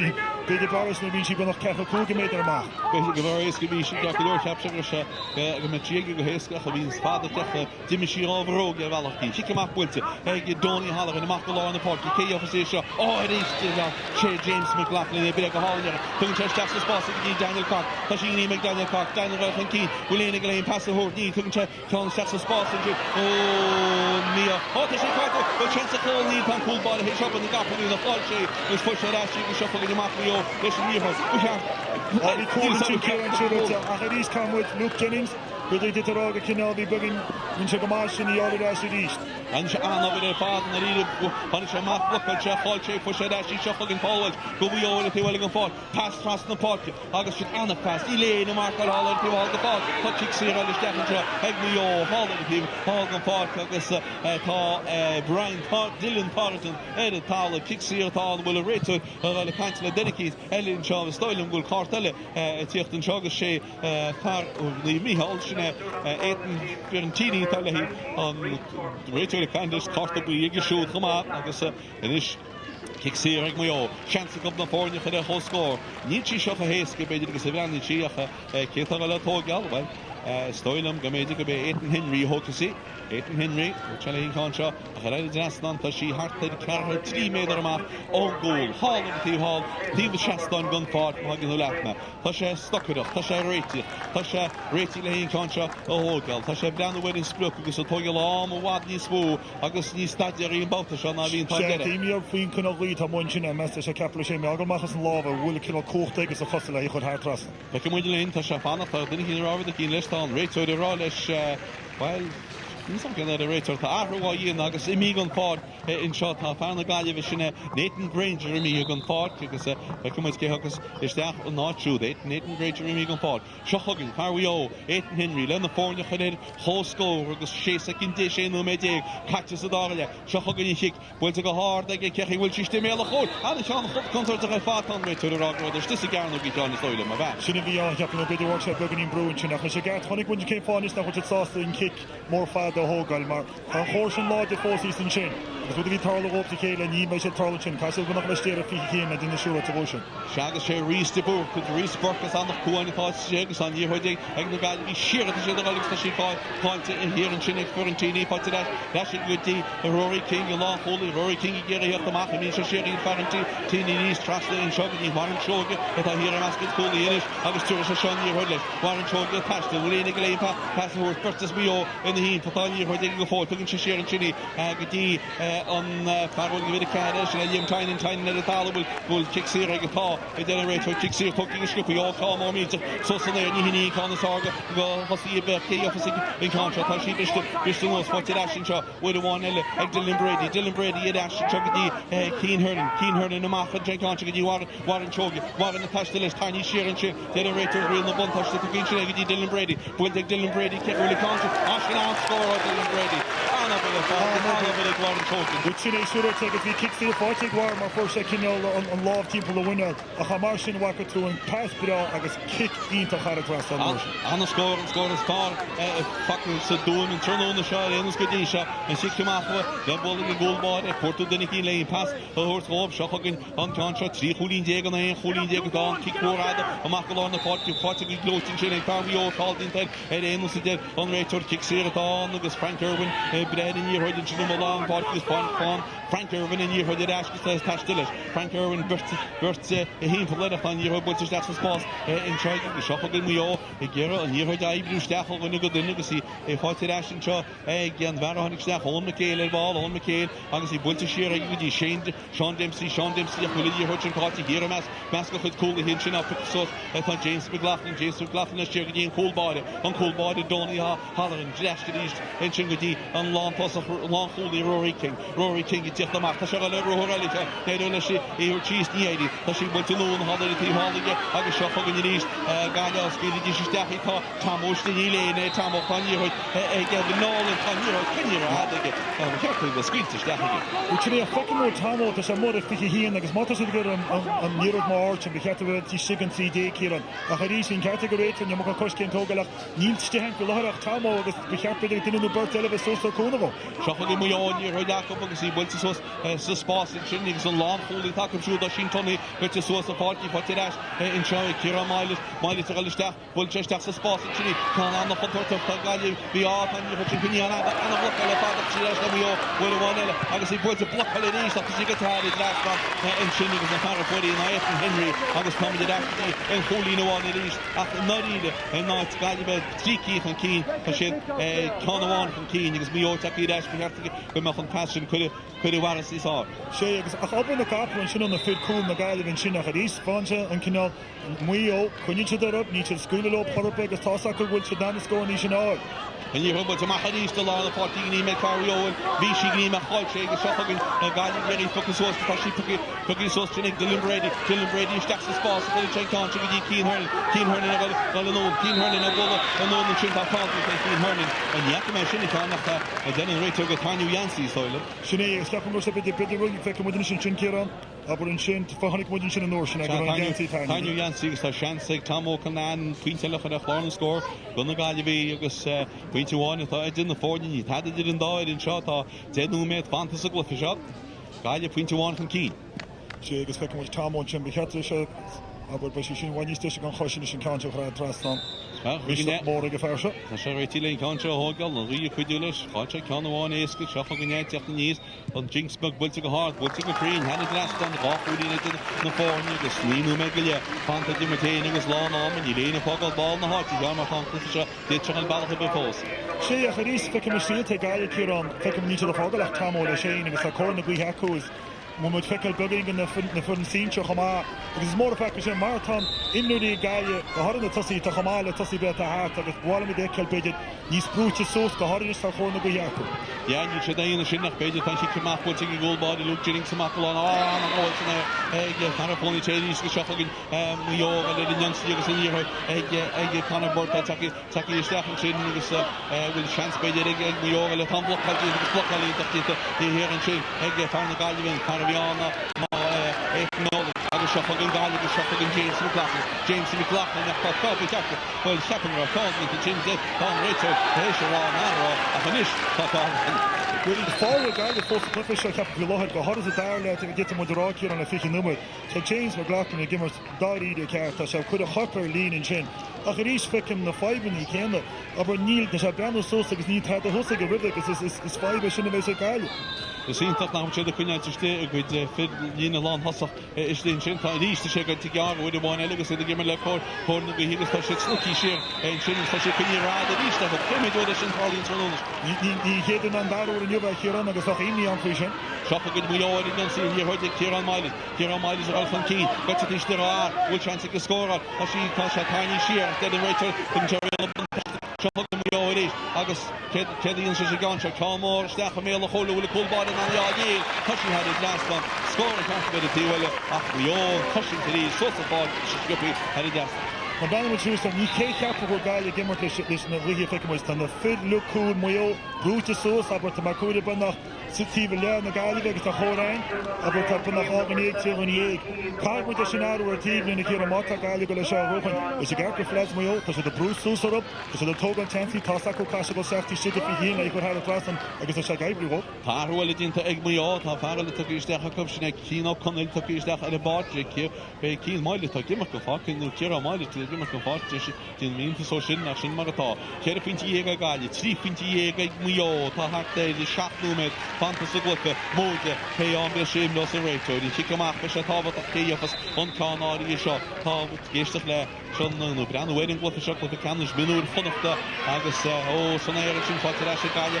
agus í Evan Nolan siarta Evan Nolan páte Evan Nolan agus seachagin Maigh tá sé a leithmód od finte chormos od scór agus seachagin Ethan Henry gal isteach Ethan Henry gal tiste builte Ethan Henry tá scór Ethan Henry.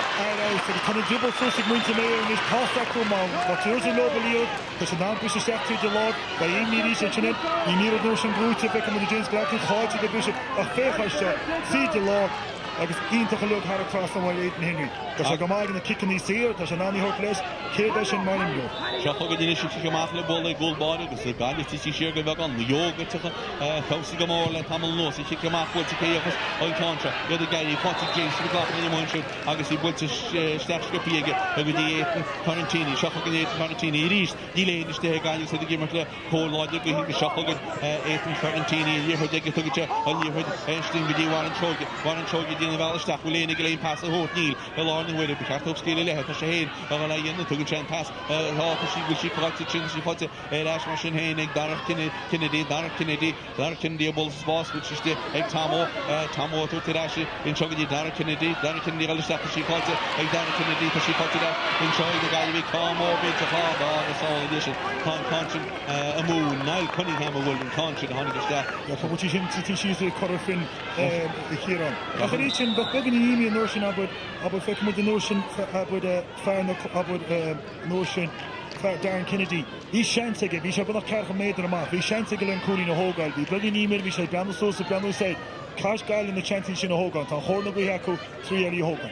Seachagin is chiamach a fanta hógnú me no mar sin da fanta chiamach bhfuil cá mór fada ag an gólbáda chéocha sí biste nó ní sí fáte géin na fósin fáte leis Maigh agus seachagin ón Culrain in tála kick sér in isisiúil fearna Gaillimh i dribblóid in seo stoilm a ghfuil an réitúirí tíochtasteach tá chéile siúil sé caint tá an réitúirí caint má fear bhfuil carta buí fáte hannaige be se i gimimecht stoilm agus Cé a Harlos in shot an réitúid caiintlis réanús agus carta buí atá an tágam na fear a carta hannaige rísport a fuid an carta buí agus tá arhfuile a dhéine ag Gaillimh agus tá Dylan Cox Daniel Cox a gimach go fád agus tíirtá tíochtasteach an áid siúd an báta seo i bhí fi stoilm be alle nachtain atá i tíochtasteach stoilm go be alle nachtain atá i tíochtasteach an fórne le fóscóir i féidir chuúlín déag an tíom agus well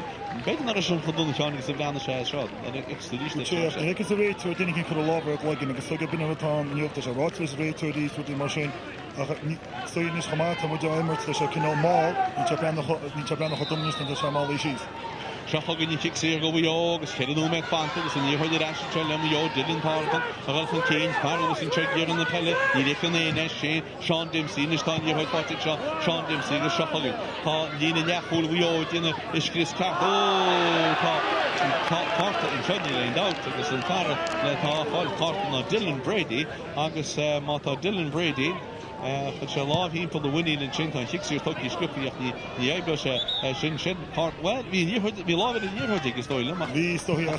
Yeah, great to the shin. Yeah, great to the shin. Agus legin yakshit hada a love team for the win now. Gaillimh we lohaid abud fekman to go lower carty buí go fudin shot we lohaid agus má chichtn si de chlufaní má eile le chulganí carty buí eile sin agus is tá Sean talking scripty shit in the gold card on Richard around the Togi Rush scripty fadi pin Jason Sean tá sí shot tá sí nanny shot score má hagin Which in air to the brand canal reach was come on the east and fekman to in the future tá sí builte scripty stop í morn agus seo hagin morn tá sí cutting morn fati dash ag tancha dinta ag vasha de la an block na Gaillimh agus an níorthaid it's it má chomna go duine a agus an block dinta go bhí hagil seaas spá tá sí ní sin Tarantini ra fan key Tarantini kedíon se bhfuil sé stefan sin céof sa stí fáilte go duna is sin ag duine gona cosí a tháinig tíide fusta in sin sé má gra fáilte go agus tá níorthaid eis go Maigh ó rééis go seocha go níad tíocht amach hí na seansaí na Gaillimh an balt sin Shirney lá hólí shuffle in sin Tony éidir machchan seo builte noch í sé Sean Dempsey a bolla machchan seo Frank Irwin tún go mas dá a ní chuide kickí vegur sta sa spás a chun an country tá sí cáte go fáte leis seo James McLaughlin bé ché scorile had bheith tábhacht Tomo Colin Animal gáú me tá fanta Tomo Colin Calmór mí a hár builte sta sa spás sin ag go sí fáte leis in seo ag Shane McGrath a corpa a Shane McGrath sí bloca Shane McGrath a shuffle ach Maigh éis fi pay off sa ché scorile grú sé de clufa se shuffle Maigh in Yonsi agus í Dylan Thornton na bolla nún tí hall go fátin sí buil fátin sin ag gón Kilrain trastin seo í fara ag sin steach ánú me dá chun agus sinna Johnny Grady steach sa spás go dín fara le farúte Rory Moran an steach ó trí an Rory score Rory's corpa sí branta Rory correct gin fá an carta Kept me training bag of being chin, but we are not going to grow if Ghana would show us this at the Rogan all out, Tasha Tarrant Begany. Story to Roma Farmio. You are kicks emotion in the China Kira on really hard with the game. Well, Tanchik Sir on the Reno Sigmuyo, Fan Gaillimh, a Shinta, he's in Chin, is the Polish, it has the white on Raytud, a raw, on second, the kick on, Farmio, bit on the well, tá sé Farmio tá tá sé gortaí rénas kicksír atá go WEO tá sí seo hart 3 méadar amach chun gól agus tá kicceala Jacob Paul Welch bhfuil se ná WEO chun cín bhfuil ag Welch ní tíimi chuir fós tá sí mínis fóí an cáin tá srícha second fanta an fearamí gortaí tá sé cap go leor agus an fearamí gortaí a tháinig isteach ná Owen McHale ach tá sé cap go leor agus tá bhfuil muide a isteach an ná breise in seo ná riide tá an támana sa carte cid a cait seach second Dave tá fanta sa glufa ní léon defir dóí a Hallary bai an Shellib gun ticamach sa head of a tábhacht a bhán and Paul to continue he had it is my route to be kidding them with the hunky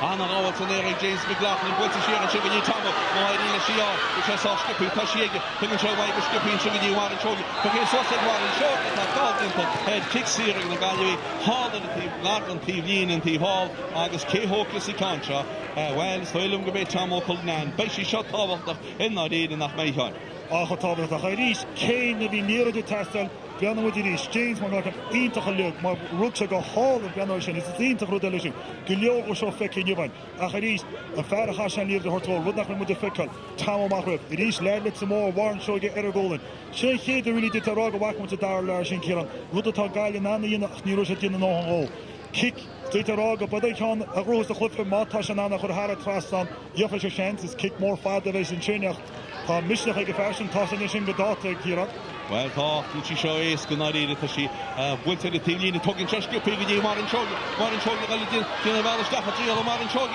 built a shoga get will she pull she in dimmer to the on Mio Carton and Martin Chogi Mio Carton the Gaillimh Paul Mio just the Martin Concha the got team in go she mark the team in push get to mark the team in kick team in Paul August chance to one in the Gaillimh K Hockey see so she the left Fogel and Chinny Lane as Jerry Hogel to she talking the party that she could have all happened. I was shot at the Maigh and it's also party was in the year Jacob came with us the country but it's that for D Morgan and the Rory Morgan and from T Rory Morgan got the t-shirt and she pointed to Rory Morgan how which made it she only that Carl Lodge and she pointed Rory Morgan the foil took away Rory Morgan that's the spot which had Nani will have had a Jasper because she pointed Christine Chinny John Grady Connor who got it took him out I think she caught to the post someone to these to get a little ball on the half which she got to make the kick out of who made it Deal generator, non-way, shuffling the foil, turn out the staff of the hole, Jackie Wiltshire, has she and right to the rock, will kick out of Cougan on Maigh rock,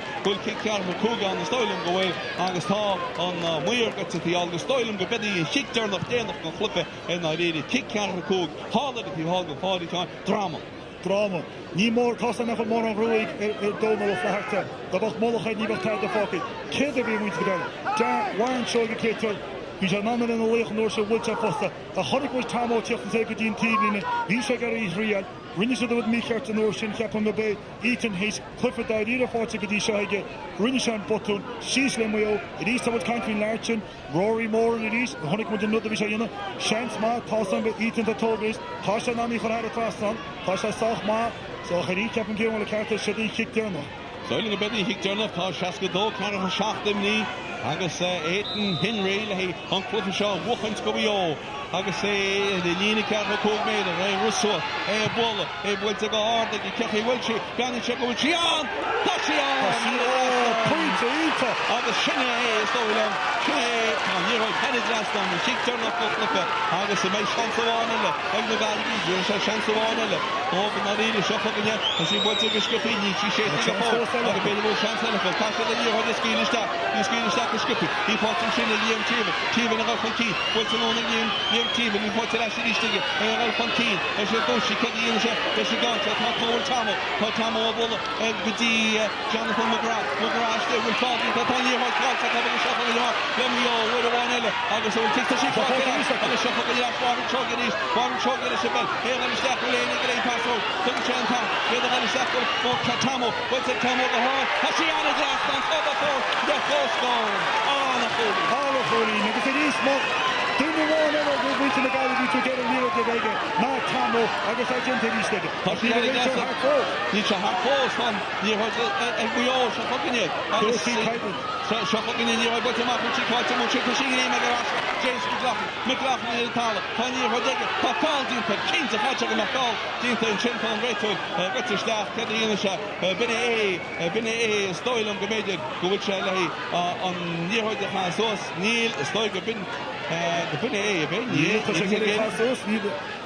tá Pacific go réite na fofií an hé sé númed imríige tá cancha sós an níoride seo cé a sin a sé fáte cáíá agus ríistí stoilm ráda ge tala fixí atá an Gaillimh sé díana se se fá ná í sam ce fá ná mar étá fixí na Gaillimh chólín déag an tíh tá farú Colin James McLaughlin gotaí ach be sé car go leor gus dóid go an crampí be sé mar toide breanhfuil an breise tá ní chuid builtisteach sin tá sí a fáte ráid war an troga tá sé tala tá war an troga a bud taige a ní taige ná se tamóstinse úte ná tamá tíste tá sí van in sin bhí seansa go bhfuil si go amach le cear cóméidir níl go si go mó head fóréil réide go bhutún na réide agus head fóréil agus tá an chógnóméid imrí head an réitir cábhfuil se fáil an ná brise níl agan gohan a go bhúil si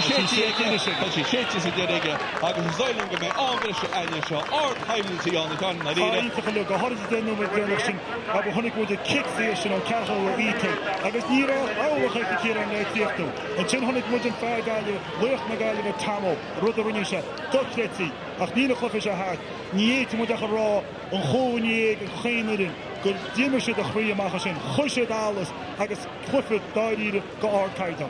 Seanga déireach agus táid leisteach an anbrise in seo agus stoilm denúméid an tíb a bheith an go anbrise agus sin mar a hála se na réide agus bhil tamó McLaughlin agus tamó Cullinane agus war an seoge in a réide bhil thug siad an fotta sin as a tíine in a réide agus bhil an muid céhcha sa cuacha an pizza déidir fuid fuide Tom Cullinane ionintach fad agus inis bei denúméid anbris antá na fórne a gotisteach go dtíana siomí festis ní léana fágáil bá na háte céfáach ort chaimlint ortlafa bhíin in seo agus tá an dáire den is tuí trécht an íon dáfi sé mar diimiisiad an los lástrocht diimiisiad an nuair a chléig fellile sin bhfuil chléig is sébice bhfuil a réitú an tá an briseach anú sin réitú an réitú agus sé tá ceart agus chu sé an tám sin leis agus beidir go rá antá ar na Gaillimh. Chríochtaíonn seo ar chóscóir an bris sin lethíocht ní cháine túnú mé dó Cluiche Ceannais Chonnachta oríthe ag Cluiche Ireland ná de cúide Gaillimh ná de cúide BEO be mu deis go ná brise etsa osí. Well, what a game of football it's been here in Tuam.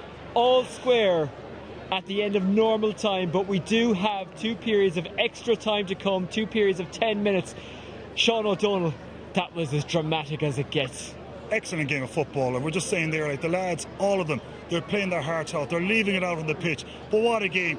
We surely thought that time when we saw Ethan Henry, what a 45, with only inches to spare to put it over the net. Then all of a sudden we go down, and that man again, that colossal giant for Galway, Tomo, with a kick there. Who else did you want? But then we had a chance again to win it at the end. But I suppose we'll look at the referee. He saw injury time. We didn't see at the time, but it was there. He played nearly 7 minutes. But probably the best, probably as a result, level, we're going to have another 20 minutes of excellent football. And what more could you want on a lovely Friday evening down in Tuam? Exactly. When I asked you at half-time who did you think was going to win, you struggled to give me an answer. In that second half, we saw why. It is, and we mentioned about the goal, and we still haven't seen a goal, and we had a few chances there. We saw Warren Shoiga there, thought he was going to be the hero. The man from Netsamore hit the post. To give fair dues to Mayo, they never get off the battle. We saw guys like Morris that came on there, what a ring-ding there at the end. But again, we're seeing excellent free-taking from the long distance. It's a great thing. Catching from the middle of the field. And excellent, it's a dying art we see as probably myself as a midfielder, it's great to see it. We looked in, as I said, we're getting James McLaughlin from O'Cullen. Had a monster game in the second half. Quite enough the first half, wasn't winning, but in the second half, he was the difference around the middle for Galway. Probably Galway, a bit probably cagey, bit defensive, we're probably in the first 20 minutes of the second half. All the bodies behind. Mayo, to give fair dues to him, probably seeing from the senior football, threw everybody up. And it's great to see it and played it. Probably, if you're going to give me a kind of who should have really won it, Mayo had the chances. Galway probably skinned it just to the end to get the draw, but it's great to have another 20 minutes of football. Who has the advantage going into extra time, if anyone? It's probably the funny one. Neither team, if you look at it, because both had great chances to win it. Both will be going in there disappointing, saying, why didn't we finish in the normal 60 minutes? If you're looking in the scenario where who has the upper hand, the Mayo subs have done a difference. That's why I see the difference. Their bench was probably a bit better than the Galway. The substitutions that Galway brought on didn't really change the game to what we've seen. So a lot of substitution. Galway will be in trouble here in the scenario with a lot of yellows. I know it's a new game, but there's a lot of yellows out there too. We've seen Mayo with a black card. Tired legs. We saw it then as well, as we said there, James Loughlin getting a cramp. This is where they come. These are young guys. It's not going to be easy, this kind of high level intensity. But what can we say about a game of football? They've given us everything. It's been absolutely a monster match of all the excellent skills of fielding, soloing, scoring, tackling. What more could you want? We'll talk about a player from each side, but I want to start with Mayo's Henry in midfield. He's been excellent, Ethan Henry. He was probably, you say, the difference in the first half where they got the upper hand, but his free taking, his kind of his movement, his kind of tackling has been outstanding. And we thought he was the Henry hero, as you call him at the end. What a free kick. It's a funny thing about him. We saw him a bit earlier there. It was a bit close and he put his kind of skinned it outside of the right of the boot. Being maybe a 2 kg, no, not 2 kg, but being 2 Lexi Daisy, where he prefers the longer distance, where he kicks it so sweet. But it's such a skill that we're not seeing anymore. Everyone seems to be taking the frees out of their hands. But he's been outstanding, a leader through the middle, and he showed his leadership there at the end. Very unlucky not to be going in as a winner at this stage. I know you've mentioned him an awful lot in commentary and an awful lot in analysis, but it's hard to get away from him. Number 14 for Galway, Tom O'Cullen. I have him as 8 points at the moment. Left, right, free kicks. Quite enough Mayo, but the ball wasn't giving the ball up to Tomo then. But when Galway needed a man to stand up, to be kind of their leader, he went out to the middle of the field, he got the ball. But when we needed a score there, Galway, he's the one that came up with it. And it's great to see that. This kind of unfair, this way, give me the ball, I want to be the hero. And both teams have them. Tomo's been there for Galway, we've mentioned Ethan. So it's excellent to see these guys, and we know they're going to go out there banging tables, banging walls. Let's get out there and let's finish this game out. The fans who have come tonight are getting full value for their money. I hope you're enjoying this one at home. It is the Electric Ireland Connacht Minor football final. It's gone to extra time. 15 points apiece, the final score, but as I say, extra time to come. Don't forget, tomorrow from about 7 minutes to 2 we're live in Navan with the Leinster final. That's Kildare against Dublin. I asked you at half time what the managers would be saying to their teams. What do you think, first of all, the Mayo manager is saying? What instruction is he giving? Well, I see that Thomas Morley would be kind of saying to them, listen guys, we had them. You know what I mean? We went away from our basics, our game, which was, you saw them at that time, they were going to go sideways, where they ran at Galway. That's when they hurt Galway. They ran at them, they got any ball inside the 21. We saw the breezes kind of dropped again. It was a strong breeze there in the second half. He'd be telling his midfield, we have to kind of probably annihilate the huge influence. We were talking about James McLaughlin there. We have to stop that. But they're saying, get the ball inside. We are showing a danger there. Morrison is, we keep mentioning Tomo. given the ball, he's the man. But then again, Mayo are keeping the forwards up there. So we kind of find it dangerous where the guys are probably being told, stay back, defend. Because if we do lose the ball, which has been happening, and this will happen a lot in injury time, where ball will be dropped, will be mistakes done, and then you need to have your backs. You don't want to leave a Mayo man up by himself or a Galway man by himself with an open goal. And a question I never thought I'd ask in a GAA context: when did the manager start thinking about who'll take penalties? Because that's where we're going if these teams can't be separated after extra time. Well, it's excellent. Like, I wouldn't want to take a penalty, and that's when the mistakes will run. Both keepers to date have shown really great kind of goalkeeping skills, all done great kind of saves. But what a festival if it goes to penalties. But it'll be a pity. There's going to have to be a winner tonight, and either team do not deserve to lose. Sean, thank you very much. It's Friday night football at its best here in Tuam. It's the Electric Ireland Connacht minor football final. We're all square going into extra time between Galway and Mayo. It's hard to pick a winner. Your commentator for extra time is Ciarán O'Flaherty. Good morning, Shane. Agus Thomas Ray, he took a listen. Darla, will lay nar who went in there and Neil nar who forced it in was big Maharo Balorn the park. When the last one is head of a Tursha had fought and I read it Denumet at Akub, Denumet Hainty, Agus and Shin Mark, getting shit a whole score, Haitian Fionumet in well. Dertelum go kick in the eight if it's on Dietrich Marvins being son soccer agus in Maraga Bay the Sarah Shin Marata Erenus ta on Horn the Wickel Lemuyo son Coos on Darla Hatrevshe go Nombreshe in Shaw agus ta on Rachel Force Rachel Lehi on Tosachel Shugulfis Casugabedin go on Medivins nach Cluiche Ceannais which I got to Navre agus Cluiche here hold Ocheresh na Harenus ta Nilena Pogabal na Harte is on to Falkinal Dorfgaman na Rede is Nilan Tilhelshin Joy is a behavior. I think the number de la Focus it on Brescia Chanat was a spree, my chicken with their core score, but we can't be kicking the pinos. Shouldn't know been a car in the test I'll keep and decides to put it report. Well, the Maragan the managed to kick the pinos in the Reda Shinskella, a fan, the Aniton cooked in the audition. Then in the town Richard, it's yet the Nall, the Hill William Wire in the Cluiche Ceannais Mionúr. Yeah, but when Urador bait the Huron bait, she gave up Kinnamal and Mark. We have them hanging fast and they got a nice move on Brescia. I had each. We just have it up and went in the Gaillimh. We got an on Brescia in Correlesh. Well, how the Thompson I read it. I see Caculor and a spin. Don't see with it or the narrator. The sugar mini cacha. This because another being can every again narrator. We see what these whole number. By the word 3 number. And you remember the classic. You remember the classic. You don't know that. Ha, who's good? Let's not on Brescia. And you're right. Wish to know what's going to that. And the Gaillimh. That's the spot. Long country. Well, to go he say she fought it. Ishti Shinnig, Neil Cunningham, Truck John Butchig, Neil Cunningham, the cool ball. Ishti, because Luke Jennings, Glenn Stroh, Brooklyn Jennings and Shin, and here, what they get the Jenny or the map. A good year, Tony and Long Holy, August and Long Holy, Dina Valama, Cortoon Pass, August he built a trust in Shinnig, John Grady, August John Fall, no, Gidi, Oshin Tony, it is Justin Tony, will in your Hutcher Potter, John Grady.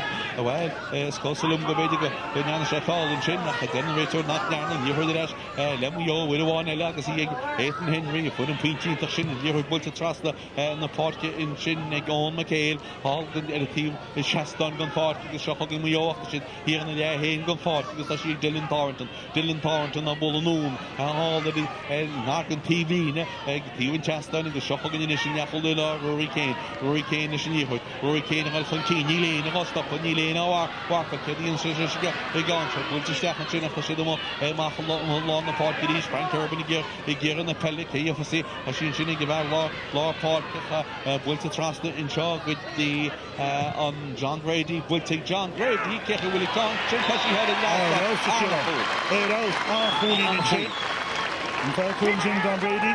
John Grady Honig Staff ball for St. John should be gloat had it last on Visha Carver made the remark until it was Team Open Bro is he for Dira for Sudru.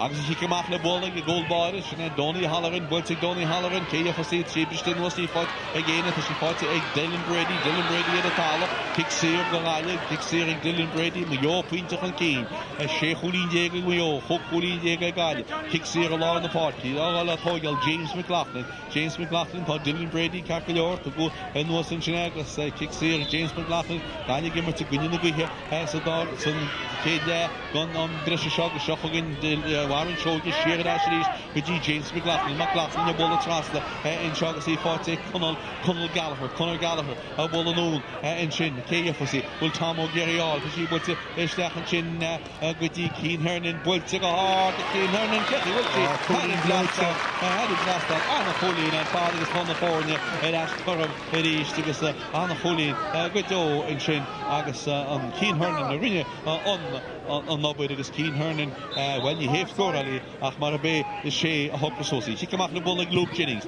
Bultig Lou, a lesson we, a Mackle on the 40, Bishton was 40, in Shin, which she party carry on, Neil, then a rate to the Behena has a step in contrast, no Lum Daily Berticon, in Conchon on, Foot, the neck will be law better, for the Dilly law better, August and Ishbecky will catch again. I found the chance so in the field Laisha Captain is kicks here the time because she go on Joy. Shouldn't here on Tisha not to the Shasta, Mata Gaillimh is scoring the all. Hitan League of Chinanti, she left Yaku. So the Cat of Moxanan and the Connotation, Fickum with the Chinkak logo, leg, the Gaillimh, Law, Lero, Stoilm Rapaldi, the Carwio, so it's Cosso right in, the Carwio, Ed Tala, August Irvin, Frank Irvin, Coalition, Tasha Capilort, and he is kicks here, gonna guide me, Tokikus Guppy, is that's a spot, always, put in station, Warren Shaw, Williamson Khan, Chinkaki Wiltshire, Stoilm that she had in the last part, Anna Foley, and fought in Chinnigus, and Ishta, Gaillimh, Irash, Hunkeen, and Chinnigus, Warren Shaw, Dinaval, Stefan Chin, which gloated body and the holy in the Gaillimh could have continued to get holy on. Shaftig and I shading. August Shochogin on Shik, Tino Mel Valley. As she wished to know since she birthed the Skyler in the throat, as she fought again, that holy law, because she Fiorentini, August he put Elena Road, you know that they already Warren Shogi, but that you more steps of Warren Shogi, the Shibella, the Warren Skill, the Hamata, that she saw in Chin, Kinta, in China, then we took us the cherry in the Pontastero, August Daniel Cox the VME gone forward, Daniel Cox at the Tala will fall into Didi, the Rater, is after the club shoot, Tasha Deal Dummies had again, Tashi, Tom Colnana, Bullish, that's a spot, that's a dish there, Keaton down,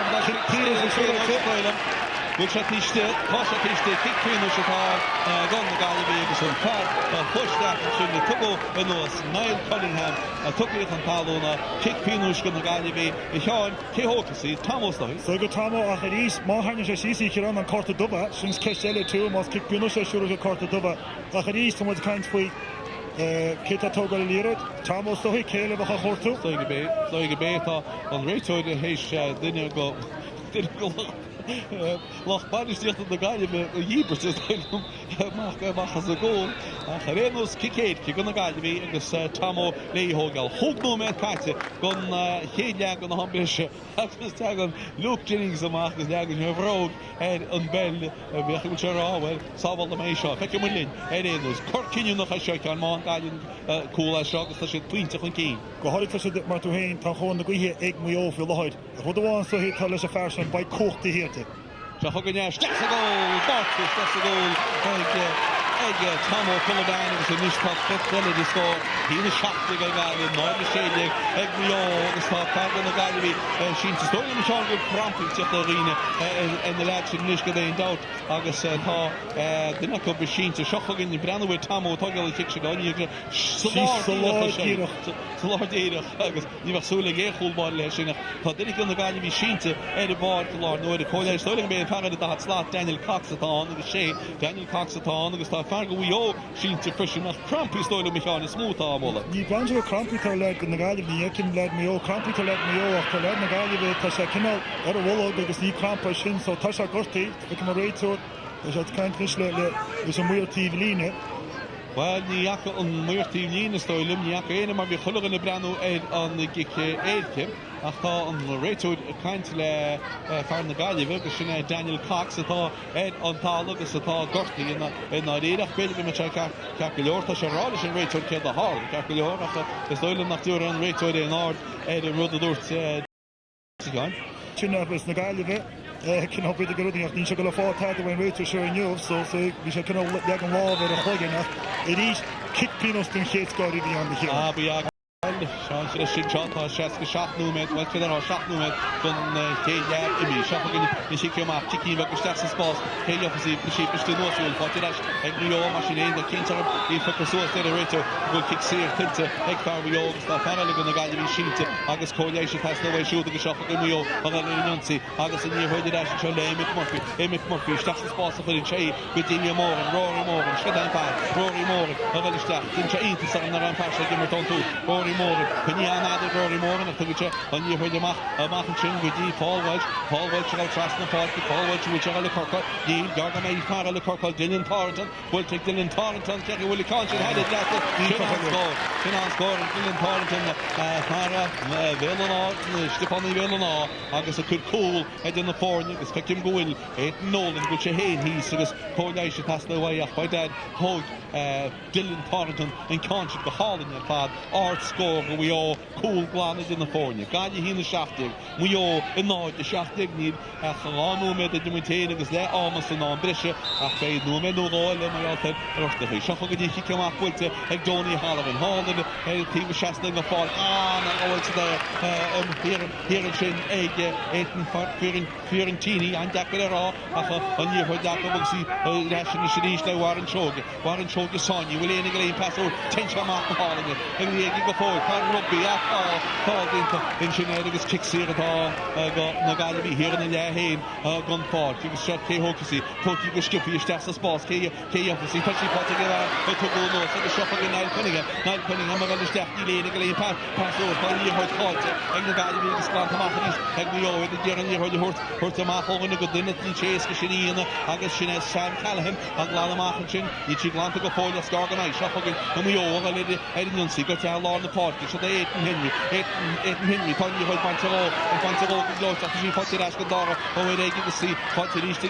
fátileis an treide lá pólí sin á sin toní tá fáilta sin toní i donna réitir kick séir agus í tóí go sciúpi agus í builta ágadí ón go réin cá mór míte hón go réin cá an nach chutar a mé le chóir tá sin sa brío a hábhail le cá híar an sin agus sanna leis an Jonathan McGrath agus níon Kevin agus seochagin amach leis an lá pólí agus tá se an cíine ríis á tá fáilta agus só an a ruthir chamála scór a choríos capú gana sé Rita Fiorentini má bh ganú teid a bhaine blocálínta sean flionntach a lugad vín sinnig muola cúáil fecha muid an seo a ríis acha fear sin a ríis céimir do se rátain vítaníos achan sin fear na chócham Rory King ní chéad an níomthanig muid tí a barce na riocht agus nus blast a tí a bar. Nus a bheith tréin an ra híí agus tá sé níor go lá na páirce tá fixíring na Gaillimh a lá na páirce tá Tom Patton na réadach a stoilm go méid núman ábla seán tá James McLaughlin na hín cánseo hógáil se cuatú daine ní léana an rún na ríide mar tacha le na mari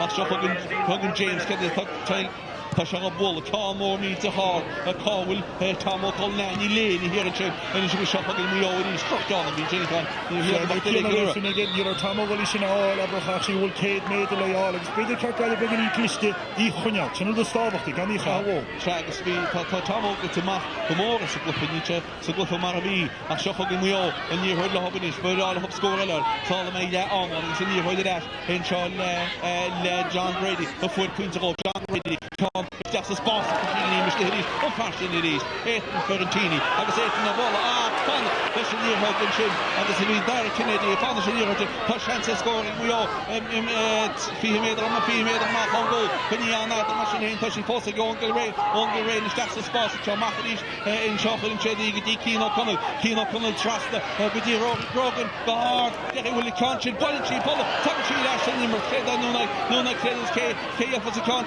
sí builtamach is kicktíí línatá is stoilm go bhío se kicktíí línatá go bhío dícha i lína capútamach lína trí féidir dé scuúidir trastíí seo an contar agus leibh sin John Contarán a rís bon tíú sin aber dean cinní pacas múide íonna ag level condé ní éú fáinnaíar cean Patú go leice a rís níú beidir imachlocht in ledó se tá sé tarseach tá cín 16ú meid peimi acu go dátain agus ní chéisca. Tá nó me go le breise imlí an go ná breise mag an dú le me inú mé dé agus 16 in míis tá réitirrá leis an cánseo a hógáil agus bé Irwin sé Frank Irwin hógus an cá áí seo agus réití cení tre cuatú duine le pass hort mai ní tí seois go híle go se lá tríal bhfuil go hard aige ó braní tí anna chuir go mé chóir an cóbáir tína hartíín fádan sinna agus útí glanta ní tí glanta i tíocht amach tá sí glanta is má tá leama suirtein ní brám brise contour cearad.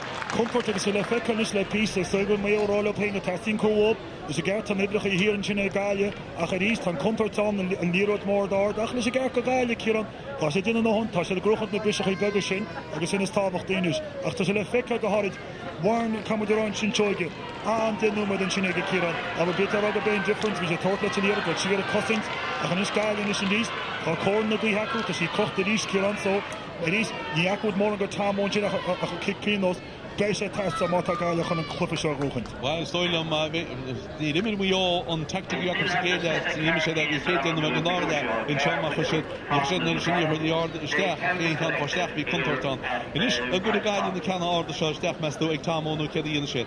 When he checked from a good kid, I'm thinking with the notion of an ocean Nile Cunningham and kick pinos. It east, we should have a fecha shot. We should come out, does the course got she's Lord Dirach, loose Oracher, Crew, I guess in his Tabati, go Gaillimh. Shinen, or does a nation, Shinen coaching and different for Lloyd. Ach Nikim, you know, you Gaillimh Shin, aber die Terrasse, Darles, it is for Maigh, and Lero more Lord. A fecha seo mar aber block. Ítach a lugan úr sin ó Ethan Farentini. Agus fear rá chéad denú me go námbri sé gibhí harcíín ar fáin éan Farentini agus bhí me brenn sinna teáin an si céirce sinna for Gaillimh. Ní me cínta sin na ríide ci céirce bhíán. Bhí tar go cá bog a bhíán nach stoí go bhhacan an réitear go détarráin sin go corta dubh bhíán chamá agus sinna bhí mar rálet más kick pinos a bhíán chu corta dubhhort chamá. Tá go bheith isciúr seoisteach a brenn sin scálan na ríiste acha beidir nach beidir an fáiltínta revision sála fuil scálan an telefí sosa gon replay acha réanús tá an cool ní féidir airthúnis mar sin tálaí agus an cean deidir sin ag Maigh an cean contorta isteach a mé a chúún an cóbáide go má agus a dána chu lethe na réide agus coolí go agus í lá na churbe. Uché agus sugur rud bháin faoile rudí mar sin neartibh chu bheith héad agus sinna bhí Gaillimh nóir sin bhí nearcan éid a chu ríéis an seanháin bhí Maigh dána ní réon sin le hééis sin na hógáil. I ríos ceap me héngeap an se go lein pointí chéar an hénge farú gur cinál clás céar an fitfáidó dhéanana bu cheap go bin an saitah cice bhíán. Inis feice muid dónóla fearrta banistan na Gaillimh is arális na leid caiid bheith glic tá bláinte chuigan agus sinna táhachttaí. Gan éon botú céar an sinna an nám se sé smó nach hins de botú rós a chlufiise, Bain na costa tarseach a sinné a í bheith glic, chunig muid Gaillimh nóir sin sé chéad páirc an brise. Kick a lírod mór áda steach an duine bheith síhan. Níte le duine sin, caiite de glic sé lírod. Maigh, tá sacha bhúte fósta chlufiise agus a sean fósta acu. Ní réon dáhí sin agus tá banisteir Maigh a caiint na chud lean sin sinna Thomas Morley a caiint le agus tíad éana tá ceapú le chlufiise a hartíín ná tá mar ré mar tá denú me daile le an fós agus détacha chéad scóg an dála le sé cinú lechatá. A sé a feicetún aber tá loch an agad páirte is ag go lochtáíocht den se go chéanirin aber na leid ógus se duchretí tá sé dí gimmert peil chamáid déta go decha furin sín sé dhéanam. Agus ní chééis gacuach. Fecem níos cíar an cecolóir an gríon bhil tíos a fáil begarín doracha. Well, ní an fút ceánach tá mo chun súla san ní teach agus víidir a réanús a cneobú le sé go bheith cum tá réiteir teach amach go máil ré tá réiteir bhs cum nach le scéal a fearbachta go leor raibblionnta go sinna héann tróna se. Gus go bééis múta riocht an nuhagus agus feice mu é sinach is a gar goirtrá beidir bhí mu fá begning locht ní bhachta go dtí se tá mar tú hén tá jab má go leordinnta go tí se. Ní jab is cai san níth caiite ní si túsa le se dá le bistú sin fáte Bíon sin gur sé linú an níir de leis mar sin bú spátegutí Frank Urban a chun cí buún ag liscutí Paul Cox tríal se puinte bulte Cox de bhfuil cáte an sim sa gúil seán agus sin puinte inspiride chu. sé sin nóir sin ó Páháid sin le mar dú tena fór na cool a meiros cumáin sin an chéad ceap an puinte fortin sin nniuige. Tá an nóte contarteach ar a kittó puinte bra.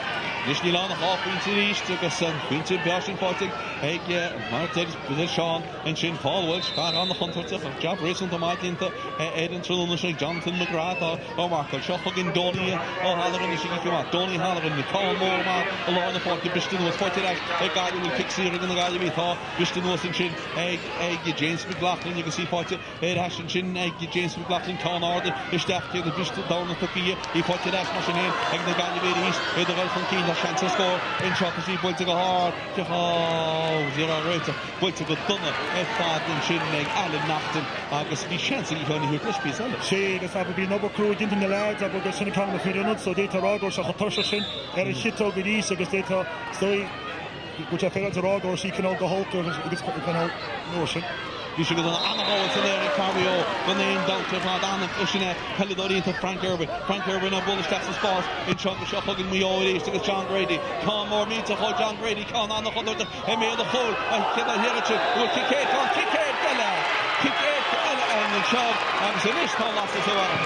Shane is picking with the East in a stall on it. I've Lord Park James Blackton and Raleigh Shane. You're tied on that goal. Well, the Stoilum go made it go. Shinny Rachel goes down the Stech. Mall, let's find the victim with Calmore, the Stech, the Ragama, the Stech, Hunterman, Baited in Nadia. Oh, Stoilum, the Kate to be on the name. But they out. She, I would hook a list look in the X, they are you didn't send me over to get on the shot. Because Shahog and you kick, I guess Irwin Altoga, get in the shot. Shot the goal. Cole, I was Tommy O, got to Coley in 15. I was with Tubman, top of the horse I had. I couldn't show it all. She is the Master Good at Kieran, playing it and give it Wadden's fall. I guess give it to mind the big hit. I was in your head actually by the way the one element shot and you did Quinta from there and you heard Alan Nacht no ball you Warren Shoulder attached the list and you heard it go forward because she wants to go Warren Shoulder and he took his source and shot thought Tom me as a good field father I guess shot again Daniel Cox trust the parking job will to trust the good D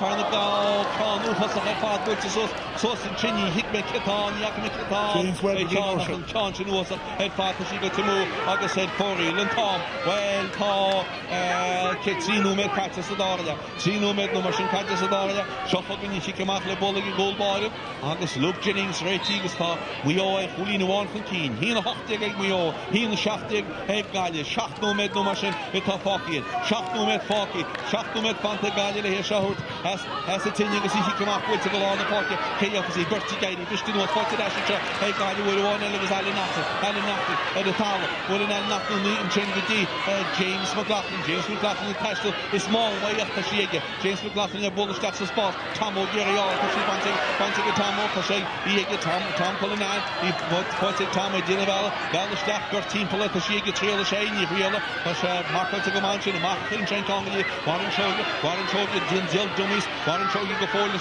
Listen Belly drill the staff. Dish the William Warren Shogun causing. Jeffrey Wiltshire. Pashi on.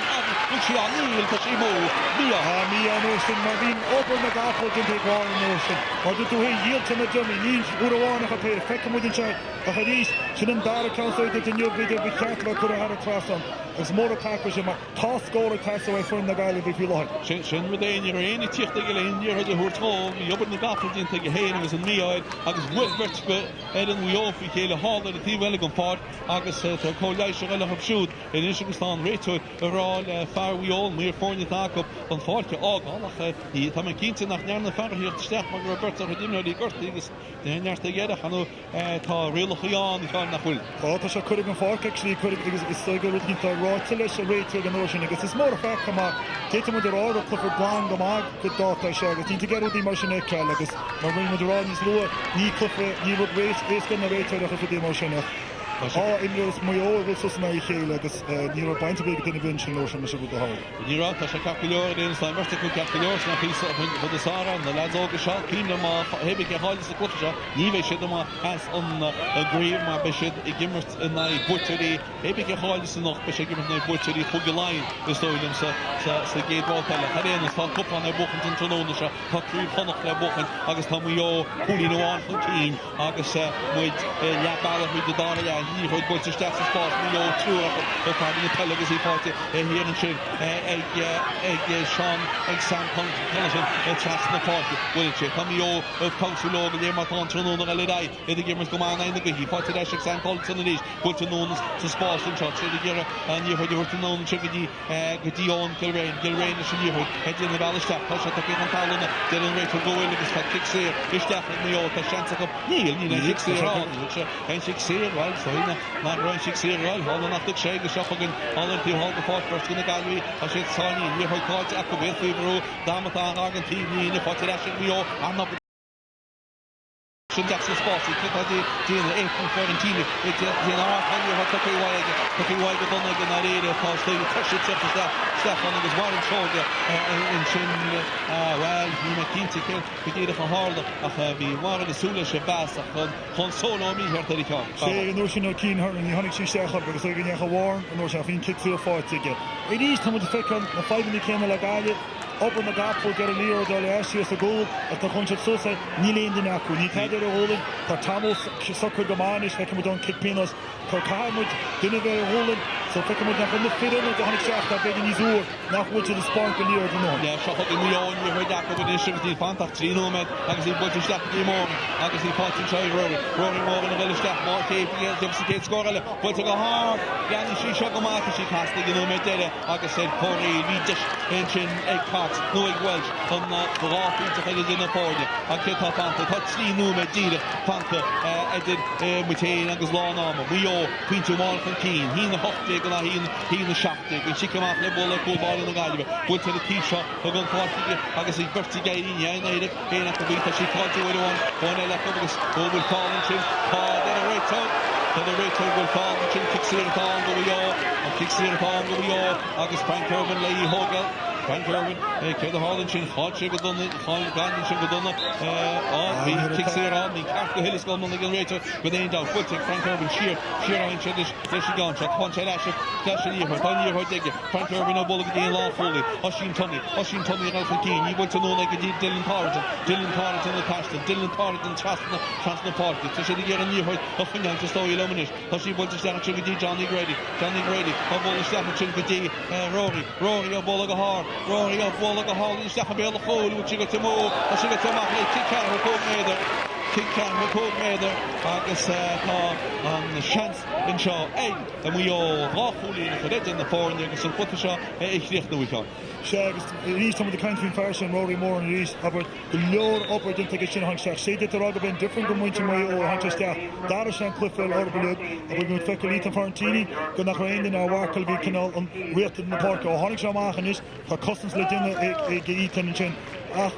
Come to all aber gedacht auch nur mit Chemio für den Wand haben wir shit und das nur kurz für den Bischof shit hier also nicht weg mit der First and East Ethan Henry und das dann Kirche Kontochos Kirche mal Tasche und kick sie runter well shot kick Carol Kugler off into the in the four you can see Pantach no med August 4 second no med the second the Pantach so what the shot when you kick shot more hand she tried it last on is shin she go hard she calm she got to move August said for chance one in the guy the post on the shot and you Pantach no med like pay on the shame no sorry to very much no med the wall she came off with the base talk okay for some British shots and fought me all August shot me all is Quinta ein Dalton Keeney in the let Hamel nose Rory Moore and Tashkill Rory Moore in the port field so made that show near field and so the stats spot the corner the stats spot can they she gone to the state mail of goal to get to move August said for the kick him off is on the 1 3 second the top part 3 second there will a guy on the contract all open he in the hot dig and he in the shaft you know all she come off touch the scoop ya Gary Hogan it is nearly right to Sosta August said Kita and Tom Yoga Ben Tom he laid out fish in the captain father cover she came off the ball the post Donny Halloran Rachel Lane contract for Hogan pick with the shot and Connery the shot Fabio Emil and the Rory Moore Emil forward she came off the ball in position conversion or Hunter staff well she that look at my different really found the ball maybe Hunter staff in trouble and got she came off with the chaos in contract which to us which she fought again the fought in the already I just shot Hogan and we all passed the low kick searing we all along the park the stolen and gone the bench him on Tom Cat I guess kick searing we all you ever back on you heard the Finland and this should say clipping that either a guy you kill a Coley from Keenan I guess such a difficulty go will we all get to Coley from Keenan you need out for kick sear maybe in chin this kick shot with and on how we all in here with I guess in Nancy I can see Washington and Ralph Keane you be on the you heard the Finland Tom sich Cook second British cat I guess in shot again we all and Nancy but out of Coley and Mon Chili he to shit Keane shit champion Keane but to transfer to spot and shot to the in the Shell Ganja the hard the mail of hole he gone lawful leaning the hall of the ball here in Chennai Rory King you tip them off called into Rory King was Keddy in the shell, she gone shot on the shit, you can rate it. Neil Enigge, Rory King, Lane pass the horse, and rate to the pin far. She's the lower naughty, August and Parata Geshna, Kieran Miles part of Buifot, Egeta, Nume, the sneeze second best, Emily, Egan rate to the soil with your chance of one, and when the Gaillimh, Maigh, he showed her she's support, Pastor Moore, he her cheese, because he her she's stripping, it's like into her, on lawful leads it, Jeff Chabelle, August and lawful leads it, Yancy Tarney, and Shin Farah, Lochal, and Rory King. Tánaise mo go fort mar dé is na bhéal a Yancy. Níos cosú nach bhfuil hal tógáil Paddington í bhfuil builte gin núna de tú hall na fáilte seachagin Jonathan McGrath al chun cí ba chóla bhfuil í bhfuil a sciil isteach go Jonathan McGrath a fóla gedíon sin leis í gáintse builte gin gotí Daniel Cox a gáil isteach Daniel Cox go fóla eis go dtí McLaughlin McLaughlin go fóla ha talóna bhfuil kick sír an sin néil de a réite an díorhaid builte mach a tí se an fáta tá sí dó fós tá sí néime seo Rory King got from King, and you heard it, but she wants to go to the church. How the guy you took it on Talona, August kicks here at all. Party the Rachel should get wins in the head of the way we got to the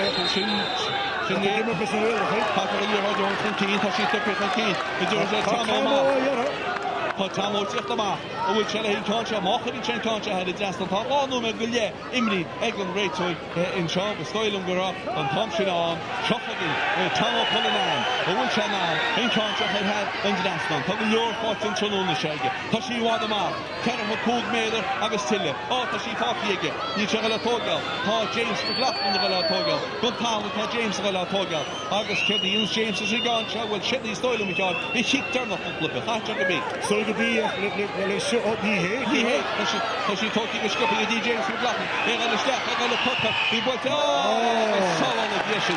Which have done the party, and the Stoilum got benching, Hushaha, Pagnago, Shetty, Edwin Rachel, August a butcher, Egg Mionúr, August in Irene, well, the Stoilum got Maigh, the Queen from the Chancellery, official the move, watching Mionúr Champini, Neil Cooley Khan, Nikhil, Egg the Gaillimh, in Irene, Stoilum, which I think Egg Mionúr, we have Gar, Funny Bishop, because we had the Gar in our party, Hudsmo, Gunam, August in his shits and the Champini Chonnacht, the Hobby, Lucas and India, Kerry Hood, Bishop, we take out the Nikhil, a dedicated Egg Mionúr, Lesson in Chonnacht, you got him, post that Bishop, the given tonight, Champini, Hugaline, the Stoilum, the kid, well, but on Ivory, Latina, Egg Donald, August, Hydronori, August, train on the hill, Solid, you should die, Eddie Drummond, I'm not looking for sports, I'm not looking for Pellet, Washington Peanush, he the Hoftig and I hear the shot dig and score Jerry, heavy on the Shilby on the Champini, August it Kellur and Elaine downtown, the state still, Eddie Bard, the said Kellur and Lennon good Lochtakicht August and job didn't take up on Chonnacht. And scored Jerry cool as Ochgulin Dig, Egg Mionúr, cool as Shachgulin Dig, a Gaillimh, August well, Shinton bit the bed of the Root Akabacha in Irene, well, Mionúr, Hish on Cúigiú Ceann, Dead Chuilis Cúigiú Ceann, agus Sebuite, Egg Mionúr, Insha, Iduim, Chonnacht, Yiminik Runes, Mionúr, Iduim, after she sauce the Gamala Pain, agus Críomh Chonnacht buite acab rábhíle agus an ní déag de sé sásta go leorla le hopéin an sin lábna chéile agus eile Gaillimh headbheith demóch agus headbheith demóch an naríideach mar sin héin níman áide cho be mar sé suas seoíntaach clufa ítach ar bád bhí an idir na leóga seo agus is creidún go agus banisteúí bhuiógus banisteúí a chudrónaí agus banisteúir na Gaillimh agus a chudrónaí agus creidúntí bhí an óbin naríidir. Scóir deire Mionúr Champini Chonnacht a bhí agus a 9 hí na 8 Gaillimh íor Champini Chonnacht cúla go 7 déag. Oshin. What an Electric Ireland Connacht football final it has been between Galway and Mayo. Mayo winning it in the end to capture their first provincial title at minor level since 2014, and they were in their first final since 2016. So a bit of a drought has ended for Mayo tonight, Sean O'Donnell, and they deserve their victory, don't they? Well, they deserve the victory. You see the hunger at the end, especially the last 10 minutes there. You know what I mean? The famine is over in Mayo. They will look at that. Both teams played their hearts out. I mentioned that as well after the normal time, but when you look at it, took 2 penalties to show a bit of a difference there. Both penalties, so Tomo down the middle, we saw then Frank Irwine, power. But again, it was a bit of hunger, less mistakes done by Mayo. We could see there, and I said before, the difference was probably the substitutions done there. We saw a word called Rory Moran coming in for Mayo, huge influence on the game. The Galway substitutions really weren't seen. We saw Warren Show get the Letsamore lad in the corner. He had a big first half of injury time, in extra time. But then again, the same problems with Galway. We had the wind, we didn't use it. We ran our legs out, we got to the middle of the field, and then we had nothing up there. Looking for the same guy again, Tomo. And it would be seen as a problem there, where Mayo were cute. They kept the ball, didn't give the ball away stupidly, and they took their scores when they had to be taken. An interesting point you made during commentary was that both teams played better against the breeze, and which we did in normal time. The legs were tired. We seem to be cramping up more than the Mayo lads.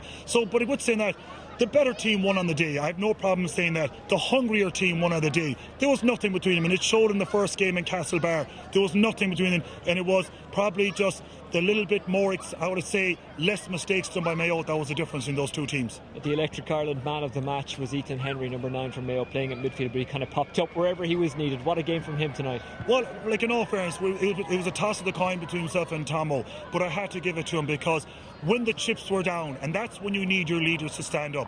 When things are going great, it's easy to stand up and look good.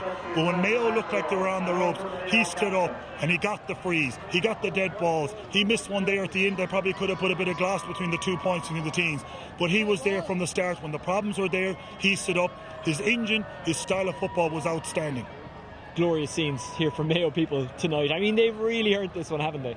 They have earned it. And as we say, we talk the Barron years, and for Mayo people, I mean, we see their senior team, we see a lot of old legs. We're talking old footballers, Andy Moore and McLaughlin. They need to see the youth coming through, and they deserved it. And they've great footballers out there. As I say, the future is bright for Mayo at the moment.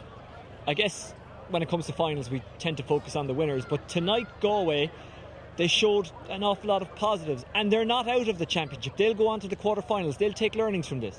They will. I think they're going to be playing the Leinster winners. They have a lot of work to do, and I'm saying that in regarding, just go back to the drawing board. They're great footballers. We say they have great things, but we're too reliant on one player or two players. Like in all fairness, again, masterful again there by James McLaughlin in the second half. Some great fielding, and it's great to see it at this young age. Up in the air, catching clean ball. Maybe it's come out of our game for a couple of years, but Galway will look back saying, yes, we did lose this, but we're not out of it. That's the great thing about this Electric Ireland regarding this backdoor system, as we call it. The two winners go back in again. Galway could still be in the All-Ireland final, and that's what's excellent about it. But they have work to do. They'll know now they have probably their harder journey. They're going to play the Leinster winners, and that will not be easy. This is character building for these young fellas, though, isn't it? Yes, it is. And they will learn. That's the most important thing. You learn way more from a defeat than you'll ever do from a win. Mayo will go out of here as high as they can get, going up there, as I said, the M17 now back to Castlebar with the cup, and that's the most important thing.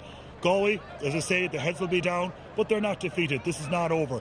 They will learn from that, and that's the most important thing, and they'll see themselves where maybe some players say we didn't perform on the day, but they go back, they recuperate, and I tell you, it'll still take a good team to beat them. Do you go and need more scorers to step up the next day? Was that an issue today? It was a huge issue. You can see there are too reliant on Tomo, free kicks like that. We need to show more players. Lucky too, we look at, let's say, like Warren Shoig again, had 3 or 4 wides there, hit the crossbar, came into his own, but again he was playing very deep. He was coming out to the middle of the field looking for the ball and bringing it with him. So we're kind of going back to the old style, one man full forward, but then we weren't using him. We were trying to kick ball into him, he was coming out to the 21.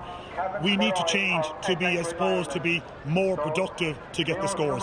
In the background, people might be able to see the Mayo fans all gathered on the pitch, and the Galway people as well, supporting these brave young men who've given it everything tonight, but it just hasn't been quite good enough. We will have the trophy lift in just a second. A glorious moment for the Mayo captain, and let's go back to Kieran, who's on commentary. He'll talk you through it. Okay, good morning. The Sheen agus tá on Leichnach for a horse go Ethan Henry for Sean O'Donnell agus an area beyond a chlufa egg in area agus captain we ocean Ethan a Cosgrave if the car shina yafus on current machine captain the California agus the Ethan the fall finish on Leith on Clifford agus is Gargamay captain we all shina Ethan Cosgrave is Gargamay shina the current Crocho on Curran agus Crew Chonnacht the Gaillimh Sneedir the Malach go we all agus and Uchtron the Commando class Gael Chonnacht Rachel on Contra Horse mijn hier in de voordeel show as niet waar as a headed en de reden maar ta shil nimmert nei Fodden Uachas on free he was a Google line. And on great multog engine the fall ball on Ostron Chonnacht Gaillimh agus réiti current over on the F-15 BEO after the Lord kinds of Egyptian nach ina mata sé the black buchas na von der next speaking John 20 engine Ceannais Mionúr Chonnacht the Gaillimh Egypt agus picumid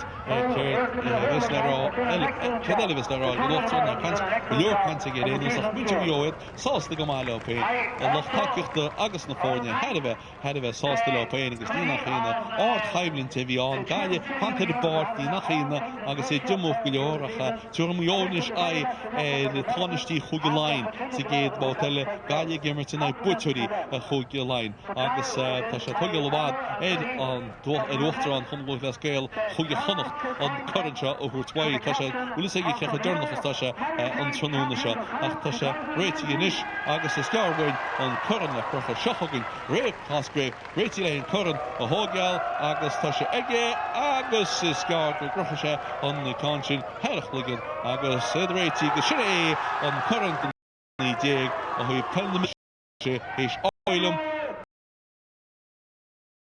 I just like to say hello to them.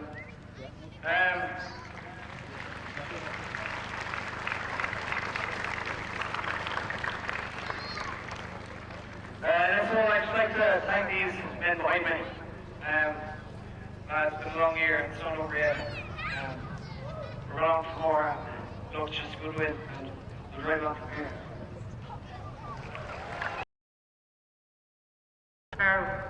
Fergal Kelly,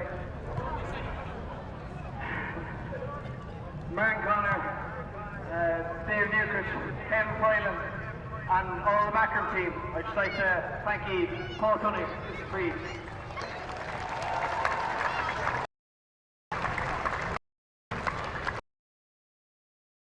Chuige Chonnacht Mionúr Bobby Lagsney scored